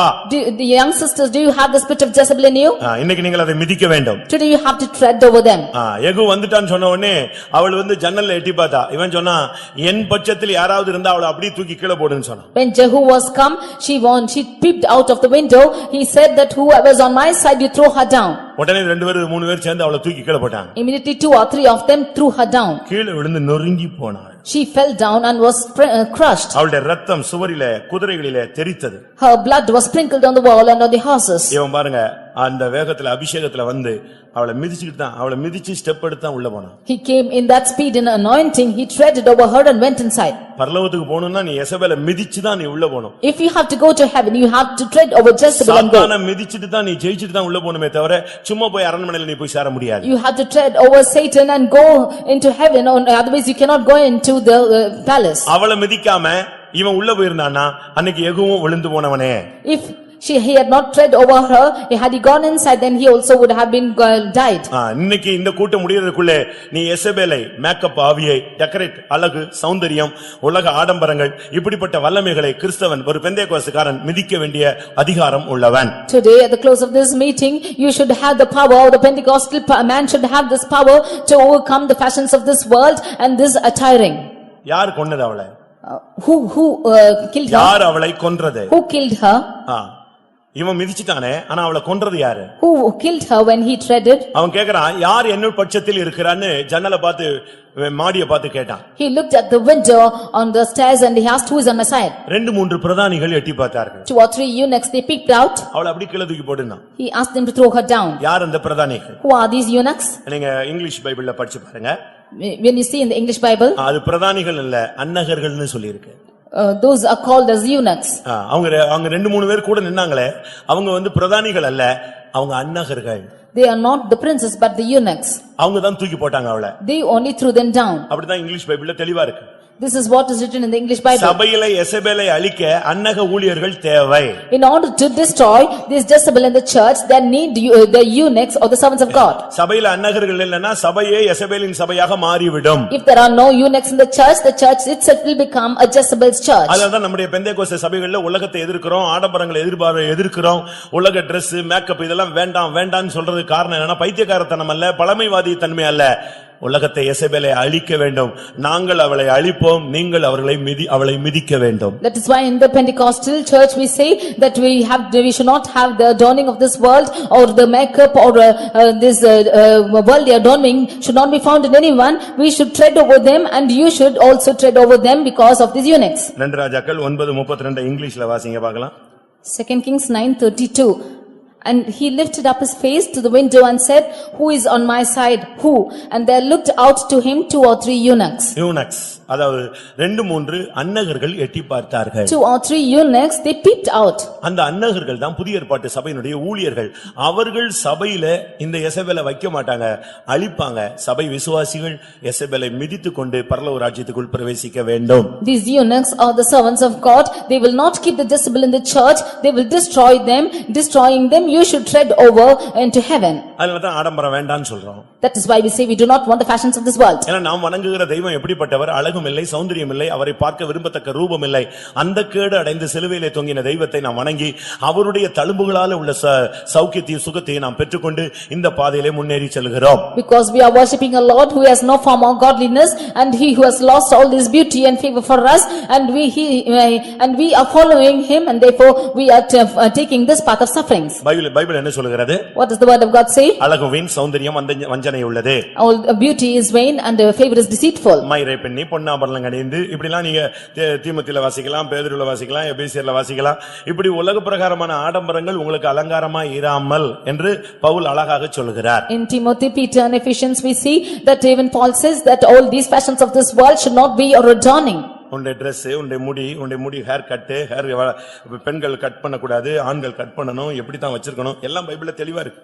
Your dressing, your plaiting of hair and the women should not cut their hair, the men should cut their hair. All this is clearly said in the Bible. எசபேலை மிதித்தால் உன் சிங்காசனம் ஸ்திரப்படும். If you tread over Jezebel, your throne will be established. எசபேலோடு இணைந்தால் ஒரு நாள் அவளோடு சேர்ந்து நீ அழிவாய். If you unite with Jezebel, one day you will even be destroyed with her. 91ஆம் சங்கீதம் 13ஆம் வசனத்தை பார்க்கும் பொழுது 91st Psalm verse 13. நமக்கு எல்லாருக்கும் தெரிந்தது. We all know this verse. அங்க அது ஒரு பெரிய வாக்குத்தத்தமான வசனம். It is a promised word. சிங்கத்தின் மேலும் விரியன் பாம்பின் மேலும் நீ நடந்து பாலசிங்கத்தையும் வலுசர்ப்பத்தையும் மிதித்து போடுவாய். Thou shalt tread upon the lion and adder, the young lion and the dragon shall thou trample under feet. இங்க நாம் பார்க்கும் பொழுது இந்த ரெண்டு காரியத்தை நீ மிதித்து போடுவாய்ன்னு சொல்லி இருக்கிறது. Here it is said that you shall tread over 2 things. இது பாட்டு பாடுறதுக்கு நல்லா இருக்கும், வசனம் எழுதி போடுறதுக்கும் நல்லா இருக்கும். This is good to sing and also write the verses and keep. ஆனா அதை செயல்படுத்துறது ரொம்ப கஷ்டம். But it's difficult to practice. நீங்கள் பாலசிங்கத்தை வலுசர்ப்பத்தை மிதிப்பீர்களா? Will you tread over young lion and dragon? இது எதை காண்பிக்கிறது? What is this show? எந்த பிரச்சனை வந்தாலும் பிசாசின் வல்லமைகளை நீங்கள் ஜெயிப்பதே. Whatever problems might come, you should overcome the powers of devil. இந்த வலுசர்ப்பங்கிறது பயங்கர தந்திரம் உள்ளது. This dragon is very cunning.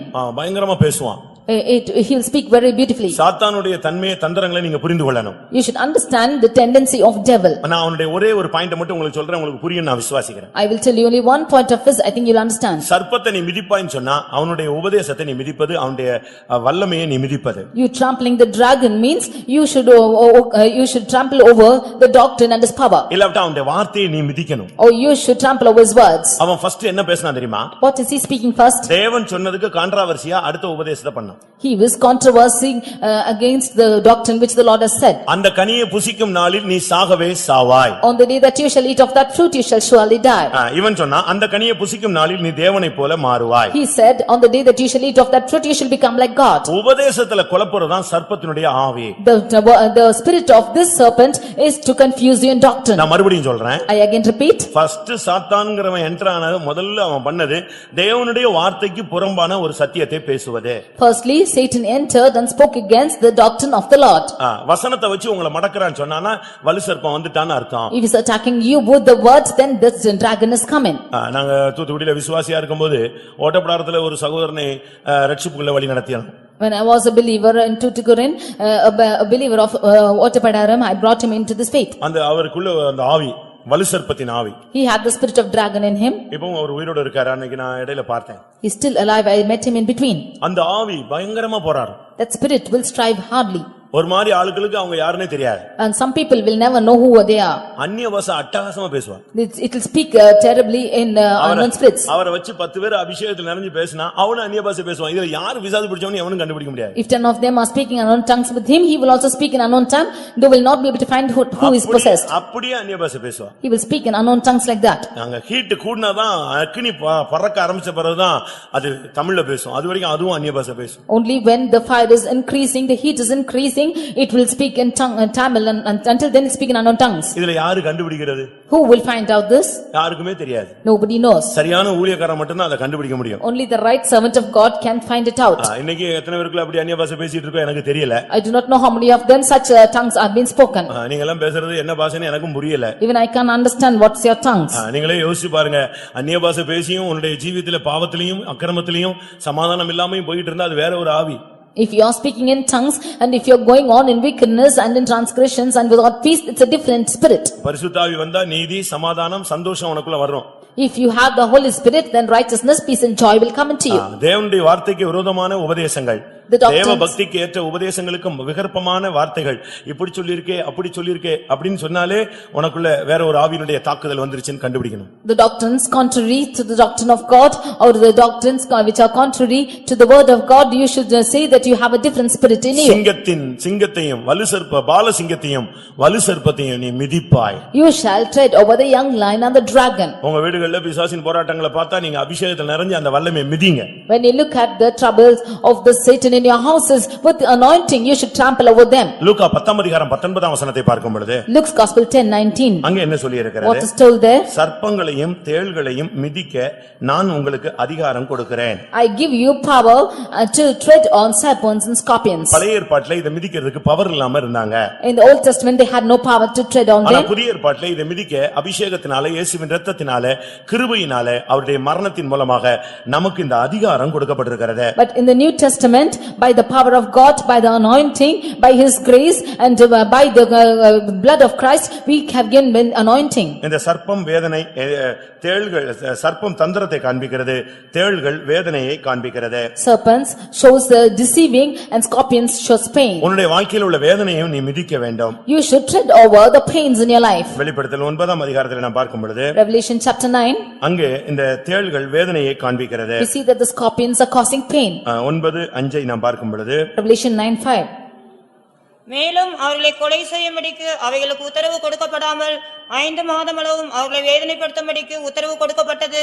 அவைகள் செய்யும் வேதனை தேளானது மனுஷரை கொட்டும் போது உண்டாகும் வேதனையை போல் இருக்கும். வேதனையை மிதிப்பது. You are treading over this torment. அவர்கள் செய்யும் வேதனை தேளானது மனுஷரை கொட்டும்போது உண்டாகும் வேதனையை போல இருக்கும். The torment was as the torment of a scorpion when he striketh a man. கர்த்தர் இந்த தேள்களை வேதனைகளை மிதிக்க உனக்கு அதிகாரம் The கொடுத்திருக்கிறார். Lord is giving you authority to tread over these pains. இது தேவனுடைய கிருபையினாலே தெய்வீக சுகத்தில் நிற்பதை காண்பிக்கிறது. This is standing in the divine healing by the grace of God. இந்த சரீரத்தில் இந்த வியாதி பயங்கர வேதனை உபத்திரவத்தை உண்டு பண்ணுகிறது. The pain in the body is causing a lot of torment to you. தாங்க முடியாத வேதனை. A torment which cannot bear. ஓரளவு வேதனை இருக்கும் பொழுது அவன் தெய்வீக சுகத்தில் நின்னுறாங்க. As far as he is able to bear, they are standing in divine healing. பிசாசு என்ன பண்றான்? இந்த வேதனையை கூட்டுறான். But Satan is increasing the pain. அந்த வேதனையை டியூன் பண்ண இவன் எல்லாத்தையும் மறுதலிச்சு தூக்கி போட்டு ஓடிறான். As he is tuning this pain, he is denying everything and going off. ஆனா தேவனுடைய பிள்ளைகள் என்ன செய்றாங்க? But what does the children of God do? இந்த தேள்களை இந்த வேதனையை மிதிக்கிறார்கள். They are treading over these pains. அது தேவனுடைய கிருபையினால உண்டாகிற ஒரு அனுபவம். That is the experience caused by the grace of God. நான் ஒரு ட்ரிப் ஆக்சிடென்ட் ஆனேன். Once trip I was in accident. பயங்கர கஷ்டத்துக்குள்ள இருந்தேன். I was in much pain. என்னை பார்த்தவங்க எல்லாம் சொன்னாங்க தையல் போடணும்னாங்க. All of them who came to see me asked me to put stitches. இந்த தாடை அடி கிழிஞ்சு தொங்கிடுச்சு.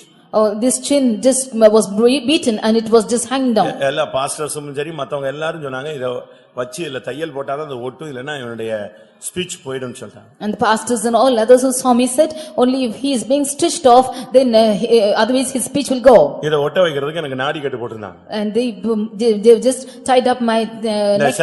செத்தவனுக்கு கட்டி வச்சிருப்பாங்க பாத்துக்கீங்களா? They just tied up as it for a dead person. அப்படிதான் எனக்கு கட்டி வச்சிருந்தாங்க. They only tied up like that. ஜன்னல்ல இருந்து எங்களுடைய விசுவாசிகள் எல்லாம் வெளிய பாப்பாங்க அழுவாங்க. ஐயோ நாடி கட்டு போட்டு வச்சிருக்காங்கன்னு சொல்லி. And the believers used to look upon me and cry saying that they have tied up like this. அப்ப இப்ப எல்லாரும் தையல் போடுங்கறாங்க. தையல எப்படி நம்ம தான் தெய்வீக சுகமாச்சே குத்துனானா நான் என்ன ஆவேன்? ஏற்கனவே அடிபட்டு பல்லுகள் எல்லாம் உடைஞ்சு உட்கார்ந்துட்டு இருக்கேன். கிழிஞ்சு போய். அப்ப நான் ஆண்டவர்ட்ட கேட்டேன்.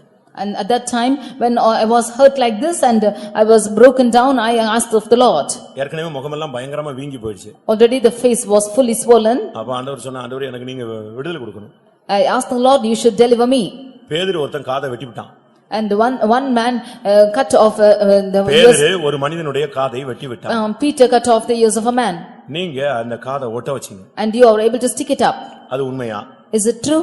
அப்படி உண்மைனா if it is so, இன்னைக்கு நைட் இது ஒட்டணும். this night this should be stuck up. அப்படினு சொல்லி பெட்ஷீட் இழுத்து மூடிட்டு ஓன்னு அழுது ஜெபம். Saying so, I took off my bed sheet and I was crying and prayed. வேற வழி தெரியல. I did not know where to go. பயங்கரமான வேதனை. I had so much of pain. ஆனா என்ன நடந்துச்சு தெரியுமா? But what happened was, night அது போய் ஒட்டிச்சு. it really got stuck in the night. நல்லா பாத்தீங்கன்னா இந்த இடத்துல இருக்கும். If you just rightly see, it is in this part. அப்படி தேவன் ஓட்டிட்டார், நைட்டை ஓட்டிட்டார். The Lord made it to stuck up like this in that night. அதுக்கு பிறகு என்ன நடந்துச்சு தெரியுமா? After that what happened was, அந்த வேதனையை மொத்தமா எடுத்துட்டார். He took away the pain totally. மத்தவங்களுக்கு பார்க்கலாம் என்னைய பார்த்தா பரிதாபமா இருக்கும், நான் ரொம்ப ஃப்ரீயா இருப்பேன். All the others were sad concerning me, but I will be free. காரணம் இந்த வேதனை சிலுவைக்கு போயிடுச்சு. The reason is that pain went to the cross. அதுபோல like this. தெய்வீக சுகத்துல நம்ம நிக்கணும்னா வேதனை இருந்தா நிக்க முடியாது. வேதனையை அவர் எடுத்துருவாரு, உனக்கு கிருபை கொடுப்பார். இந்த வேதனையை நீ மிதிப்பாய். If we should stand in divine healing, He will take away the pain, you will tread over the pain and He will grant His grace. சர்ப்பங்களையும் தேள்களையும் நீ மிதிப்பாய். You will tread over serpents and scorpions. அதுதான் அந்த சர்ப்பத்தின் வேதனை, சர்ப்பத்தினுடைய தாக்குதல், அந்த தேளுடைய கொடுக்கு கொட்டினா என்ன வேதனையோ இதே மாதிரி வேதனையை நீ மிதிக்கணும். தெய்வீக சுகத்துல நின்னு அதை மிதிக்கணும். You should overcome and tread over these scorpions and serpents by standing in divine healing. கர்த்தருடைய பரிசுத்த நாமத்துக்கு மகிமை உண்டாவதாக. Glory be to the holy name of the Lord. உங்களில் எத்தனை பேர் நான் இதுவரை சொன்ன வார்த்தைகளை விசுவாசிக்கிறீர்கள்? How many of you believe in the words which I have thus far said? உம்முடைய நாமத்தில் சத்துருக்களை மிதிப்போம். In your names we will tread over the enemies. உம்முடைய நாமத்திலே 5 ராஜாக்களை, 5 புலன்களை மிதிப்போம். In your name we will tread over 5 kings or 5 members. உம்முடைய நாமத்திலே மலைகளை மிதித்து பதறுகோப்பாக நொறுக்கி போடுவோம். In your name we will tread over the mountains and make them as chaff. எந்த பெரிய பர்வதமானாலும் நாங்கள் அதை மிதிப்போம், சமபூமியாய் அந்த பிரச்சனையை மாற்றுவோம். However huge the mountain is, we will tread over it and make it as plain. இந்த உலகம் எனக்கு ஒரு பாத்திரம் அல்ல. இந்த உலகத்தை நான் திருப்தி அடைந்தேன், இதெல்லாம் தாண்டிட்டேன். எனக்கு இந்த உலகம் வேண்டாம். நான் இந்த உலகத்தின் ஆசாபாசங்களை நான் மிதிப்பேன். This world is not worthy for me. I do not want this world and I'm treading over the fashions of this world. யெசபேலை மிதிப்பேன். I will tread over Jezebel. உலக ஆடம்பரத்தை, வேசித்தன ஆவிகளை, கற்பில்லாத தன்மைகளை நான் தாண்டி கடந்து போவேன். I'll tread over the fashions and the life without chastity. I will trample over them and go. தேவனுடைய வார்த்தைக்கு புறம்பான எந்த அந்நிய உபதேசத்தை நான் மிதித்து கடந்து போவேன். Any word which is contrary to the word of God, I will trample and go against this என்னுடைய doctrine. மனதிலோ என்னுடைய சரீரத்திலோ வாழ்க்கையில் உள்ள எல்லா வேதனைகளையும் நான் மிதித்து கர்த்தருக்காக நிற்பேன். All the pains in my body and in my mind I will tread over and I will stand for the Lord. ஒன்றை நீங்கள் புரிந்து கொள்ள வேண்டும். One thing you should understand. தேவனுடைய வார்த்தையை நீ விசுவாசிக்காட்டா உலகம் உன்னையே மிதிக்கும். If you do not understand, believe the word of God, the world will trample over you. நான் இவ்வளவு நேரம் பண்ண பிரசங்கத்தை நீ விசுவாசிக்காம விட்டுட்டு போயிட்டீனா நீ கீழே விழுவ, சத்துரு உன்னை மிதிச்சு போயிட்டே இருப்பான். If you do not believe on the word of God which I have spoken to you thus far, you will fall down and Satan will trample over you. அதுக்கு அவனை தேவன் ரட்சித்தார். Is that the Lord, did the Lord keep you for that? அதுக்கு அவனை அபிஷேகித்தார். Did the Lord anoint you for that? இரண்டாம் ராஜாக்கள் 7ஆம் அதிகாரத்துல பார்க்கும் பொழுது 2 Kings chapter 7, ஒரு பெரிய பஞ்சம் நடந்தது. there was a great famine ஜனங்கள் ரொம்ப வேதனைக்குள்ள இருந்தார்கள். and the people were in much pain. ராஜா தீர்க்கதரிசியை கொல்ல முயற்சி எடுத்தான். And the king wanted to kill the prophet. கடைசியாக தீர்க்கதரிசியின் இடத்துல வந்த பொழுது And finally when the prophet came to him, தீர்க்கதரிசி சொன்னான், he said, நாளை இந்நேரத்துல இந்த பஞ்சம் நீக்கப்பட்டு விடும். tomorrow by this time this famine will be taken off. நாளைக்கு கர்த்தர் ஒரு பெரிய அற்புதத்தை செய்வார். Tomorrow the Lord will do a great miracle. நாளை இந்நேரத்திலே சமாரியாவின் வாசலிலே ஒரு மரக்கால் கோதுமை ஒரு சேக்கலுக்கும் 2 மரக்கால் வார்கோதுமை 1 சேக்கலுக்கும் விற்கப்படும் என்று 2 ராஜாக்கள் 7:1 சொன்னான். In 2 Kings 7:1 he said, tomorrow about this time shall a measure of fine flour be sold for a shekel and 2 measures of barley for a shekel. ஆனா அத கேட்டுக்கிட்டு இருந்த ஒரு ராஜாவுக்கு கையில கொடுத்த ஒரு பிரதானி என்ன சொன்னான் தெரியுமா? And one of the one who gave hands to the king, what he said? அவனுடைய பிரதானி என்ன சொன்னான் தெரியுமா? What that the king say? பிரதானி என்ன சொன்னான் தெரியுமா? அவனுடைய அசிஸ்டன்ட் மந்திரி what would the minister do to him? அவன் சொன்னா அது எப்படிங்க நடக்கும்? How will it is possible? வானத்தின் மதகுகளை திறந்தா கூட நடக்காதுங்க. Even if the windows in heaven be opened, it is not possible. உடனே அவனுக்கு ஒரு வார்த்தை சொல்லப்பட்டது. Immediately a word was spoken to him. நீ அதை காண்பாய் ஆனா சாப்பிட மாட்டாய். You shall see but not eat of it. இந்த தேவனுடைய வார்த்தையை நீ சகலத்தையும் மிதிப்பாய் என்ற வார்த்தையை நீ நம்புனேனா நீ சகலத்தையும் மிதிப்பாய். If you believe that the Lord will do all this and you will trample and you will trample over everything. இந்த பிரதானி சொல்றான் அது நம்ப முடியாதுன்னு சொன்னான். But this my minister said that nothing is possible like this. அடுத்த நாள் என்ன நடந்துச்சு தெரியுமா? Next day what happened was தேவனுடைய வார்த்தை நிறைவேறினது. the word of God was fulfilled. இப்பொழுது ரேஷன் கடை மாதிரி ஜனங்க கடையை திறந்தாச்சு. And the people opened everything like the ration shop. வரிசையா ஜனங்கள் வந்து ஒருத்த மேல ஒருத்தன் ஏறி மிதிச்சு எப்படியாவது பொருளை வாங்கணும்னு ட்ரை பண்ணிட்டு இருக்கான். And the people are treading over each other and wanting to buy these things. 2 ராஜாக்கள் 7:16 அந்த வார்த்தை நிறைவேற்றப்பட்டது. 2 Kings 7:16 you see that it was happening. 17ஆம் வசனத்திலே இந்த ராஜா என்ன பண்ணிட்டான் தெரியுமா? இந்த பிரதானியை கூப்பிட்டு நீதான் அதை கண்ட்ரோல் பண்ணணும்னு இவனை கொண்டு போய் அங்க நிப்பாட்டிட்டு போய்ட்டான். In 17th verse this king called over this minister and said, you are in charge of it, and made him to stand there. ஜனங்கள் பசியில நிக்கும்போது இவன் போய் அங்க நின்னுக்கிட்டு எல்லாம் வரிசையில நில்லு, ஒருத்தரவா ஏன் தள்ளிட்டு வர, ஏன் வேணா, அவன் பார்த்தான் நாங்களே சாப்பாடு இல்லாம இருக்கிறோம், நீ என்னடான்னு சொல்லிட்டு எல்லாரும் இவனை தள்ளிட்டு ஏறி மீச்சு போனான். 17ஆம் வசனத்துல எல்லாரும் நெருங்கி அவனை மிதித்ததினால் அவன் செத்து போனான். When the people were standing in the rows, he went and made them to order and said, you stand in your line and come in queue. When they were filled with hunger, they all tread upon him and he was tread upon and he was dead. தேவனுடைய வார்த்தையும் தேவனுடைய வாக்குத்தத்தங்களையும் தேவனுடைய வல்லமையும் நீ விசுவாசியாமல் போய் நீ மிதிக்க வேண்டிய காரியங்களை நீ மிதிக்காமல் போனால் இந்த வல்லமை இந்த உலகம் எல்லாம் சேர்ந்து உன்னை மிதித்து குப்பை போல உன்னை மாற்றி விட்டு போய்விடும். If you are not able to believe in the word of God and the doctrine and you are not able to trample over all these things, then the world and everything will tread over you and make you to dust of this world. நீ சகலத்தை மிதிக்க போகிறாயா? இல்ல சகல வல்லமைகளில் நீ மிதிபட போகிறாயா? Are you going to trample over all these powers or be empowered or be trampled over by these powers? கடைசியாக Finally உபாகமத்திலே 1ஆம் அதிகாரத்திலே பார்க்கும் பொழுது Deuteronomy chapter 1, நீ மிதித்து வந்த தேசத்தை நான் உனக்கு தருவேன் சொன்னார். I will give you the land which you tread upon. இது எவ்வளவு அருமையான ஒரு வார்த்தை. What a beautiful word is this. அவன் போய் மிதித்து வந்த தேசத்தை கர்த்தர் அவனுக்கு கொடுத்தார். The Lord gave him the land which he dreaded. 1:36 பார்க்கும் பொழுது 1:36 அவன் மிதித்து வந்த தேசத்தை அவனுக்கு கொடுப்பேன். I give the land that he had trodden upon. யோவான் பத்முதுவில் இருந்து பரலோகத்தை போய் மிதித்து விட்டு திரும்பி வந்தான். John being in the land of Patmos went and treaded upon heaven and came. அது அவனுக்கு கொடுக்கப்பட்டது. That was given to him. அங்கே மகிமையான எல்லாவற்றையும் பார்த்து விட்டு வந்தான். He saw everything which was glorious in heaven. அந்த சீயோனிலே அந்த மூலைக்கல்லே இணைந்த அந்த 12 அஸ்திபார கற்கள்ல 12 அப்போஸ்தலரின் நாமம் எழுதப்பட்டிருந்தது. அதுல ஒரு பேர் யோவான். He saw the 12 names of the 12 apostles written in the foundation stones of Zion. One of them name is John. இன்னைக்கு எத்தனை பேர் சத்துருவின் வல்லமையை மிதிக்க போகிறீர்கள்? Today how many of you are going to tread upon the enemies. ஒரு விசை கண்களை மூடுவோம். 1 minute, close your eyes. இன்றைக்கு மெசேஜ் கர்த்தர் உன்னை சகலத்தையும் மிதிக்கக்கூடிய வல்லமையுள்ளவனாய் உருவாக்குகிறார். Today's message is the Lord is making you to form that you might tread over your enemies. இல்லாவிட்டால் உன்னுடைய கால்களை இப்பொழுது சகலத்தையும் மிதிக்கக்கூடிய பலன் உள்ளதாய் மாற்ற போகிறார். Or the Lord is going to strengthen your feet that you might tread upon everything. உம்மாலே எங்கள் சத்துருக்களை நாங்கள் கீழே விழ தாக்குவோம். By you we will cause enemies to fall down.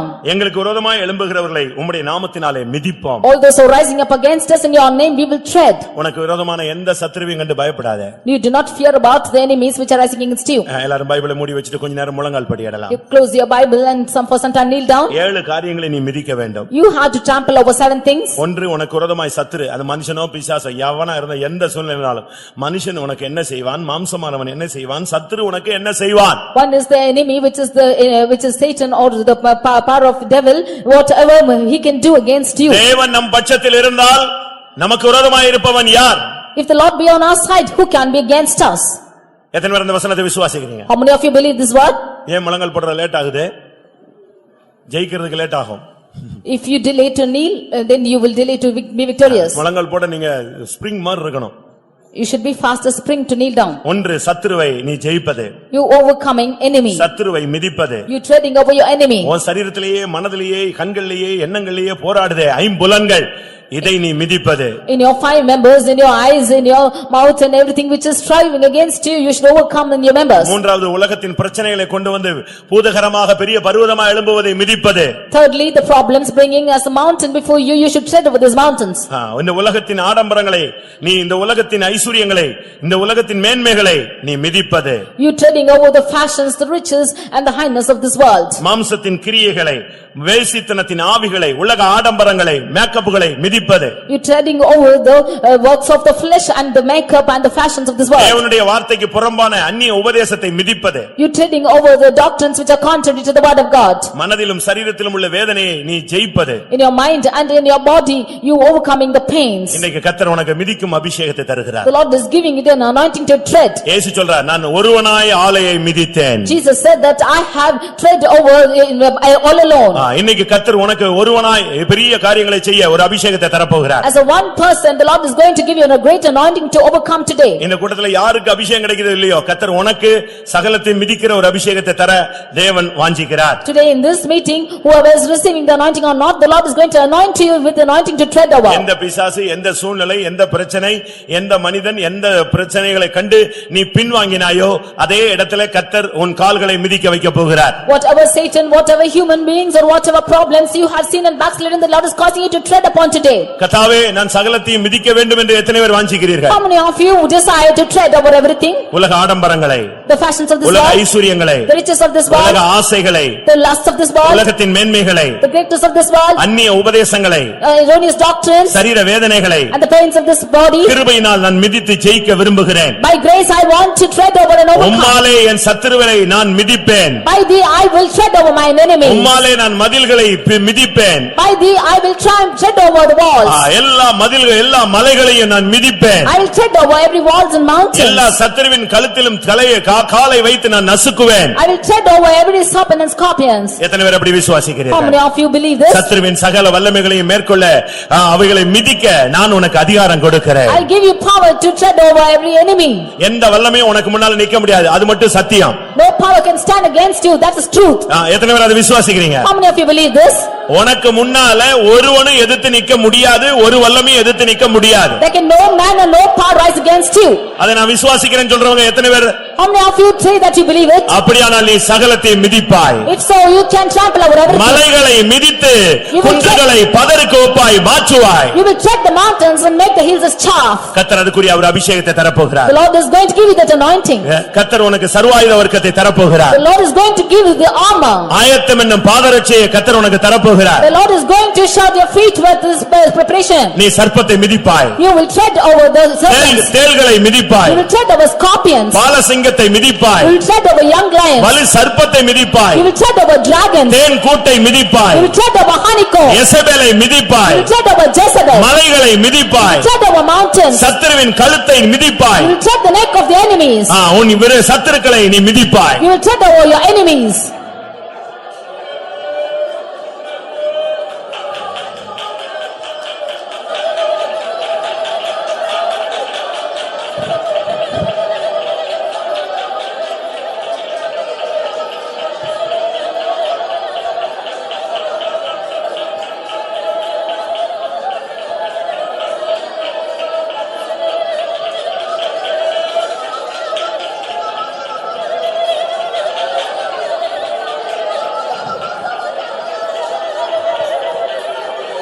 ஹல்லேலூயா. எனக்கு ஆச்சரியம் என்னன்னா, எசபேலை கொன்னு கீழே போட்டு கர்த்தர் இவனை அவன் மேல மிதிச்சு நடக்க வைத்தார். எப்படி? அதனுடைய சரியான அர்த்தம் என்ன தெரியுமா? சத்துருவை அழிச்சு உன் மேல கீழே போடுறாரு, நீ சும்மா மிதிச்சிட்டு போனா போதுமானது. ஹல்லேலூயா. எத்தனை பேர் அதை விசுவாசிக்கிறீர்கள்? அவரு சிலுவையில தலையை நசுக்கிட்டு உடம்ப நசுக்கப்பட்ட ஒரு உடம்பை உன் முன்னால போட்டு இருக்கிறாரு, நீ தைரியமா மிதிச்சு போகலாம். ஹல்லேலூயா, ஹல்லேலூயா. யுத்தம் அவருடையது, ஜெயம் உன்னுடையது.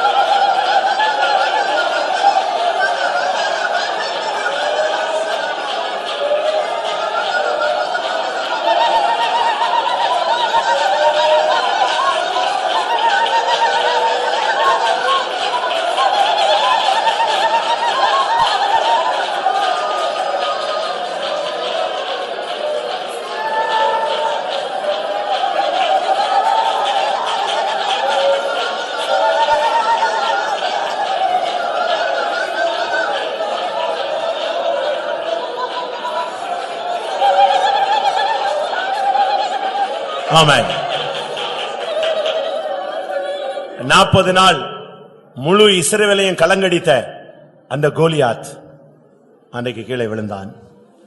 தாவீது ஓடி போய் அவன் தலையை மிதித்தான். ஹல்லேலூயா. எத்தனை பேர் விசுவாசிக்கிறீர்கள்? உங்களுடைய வாழ்க்கையில எத்தனையோ நாள் நீ இதை பார்த்து பயந்து பயந்து போனாய். ஆனால் இன்னைக்கு கர்த்தர் ஆவியின் பட்டயத்தை உன் கையில கொடுத்திருக்கிறார். ஆமென். சத்துருவை நீ மிதிக்கிறான். ஹல்லேலூயா. உனக்கு விரோதமான வல்லமையை நீ மிதி. ஹல்லேலூயா.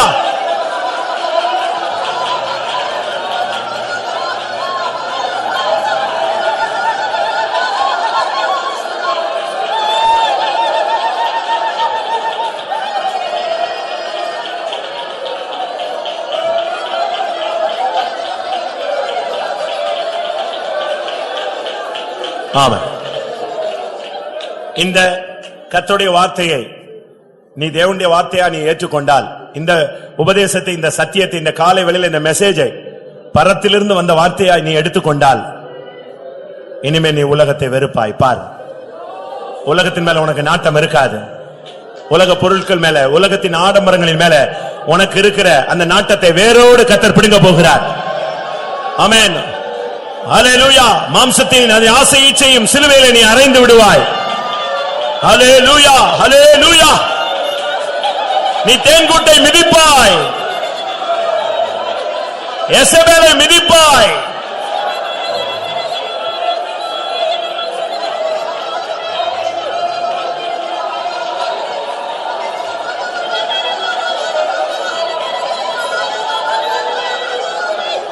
ஆம். இப்பொழுது சொல்லப்பட்ட வேத வசனத்தின்படி சகல வல்லமைகளையும் நான் மிதித்து கடந்து போய் ஜெயிக்க வேண்டும் என்று சொல்றவங்க கைகளை உயர்த்துங்கள். கூட்ட முடிய போது கர்த்தர் அதுக்குரிய ஒரு கிருபை இப்பொழுது அனுப்பட்டும். ஹல்லேலூயா. மிதிப்பாய் மிதிப்பாய் அல்ல, நீ மிதிக்க போகிறாய். ஹல்லேலூயா. என்றைக்கோ அல்ல, இன்றைக்கு கர்த்தர் உன் மூலமாய் அந்த வேலையை செய்ய போகிறார். ஹல்லேலூயா. இன்றைக்கே கர்த்தர் அந்த வல்லமைகளை உன் கால்களின் கீழே கொண்டு வருகிறார்.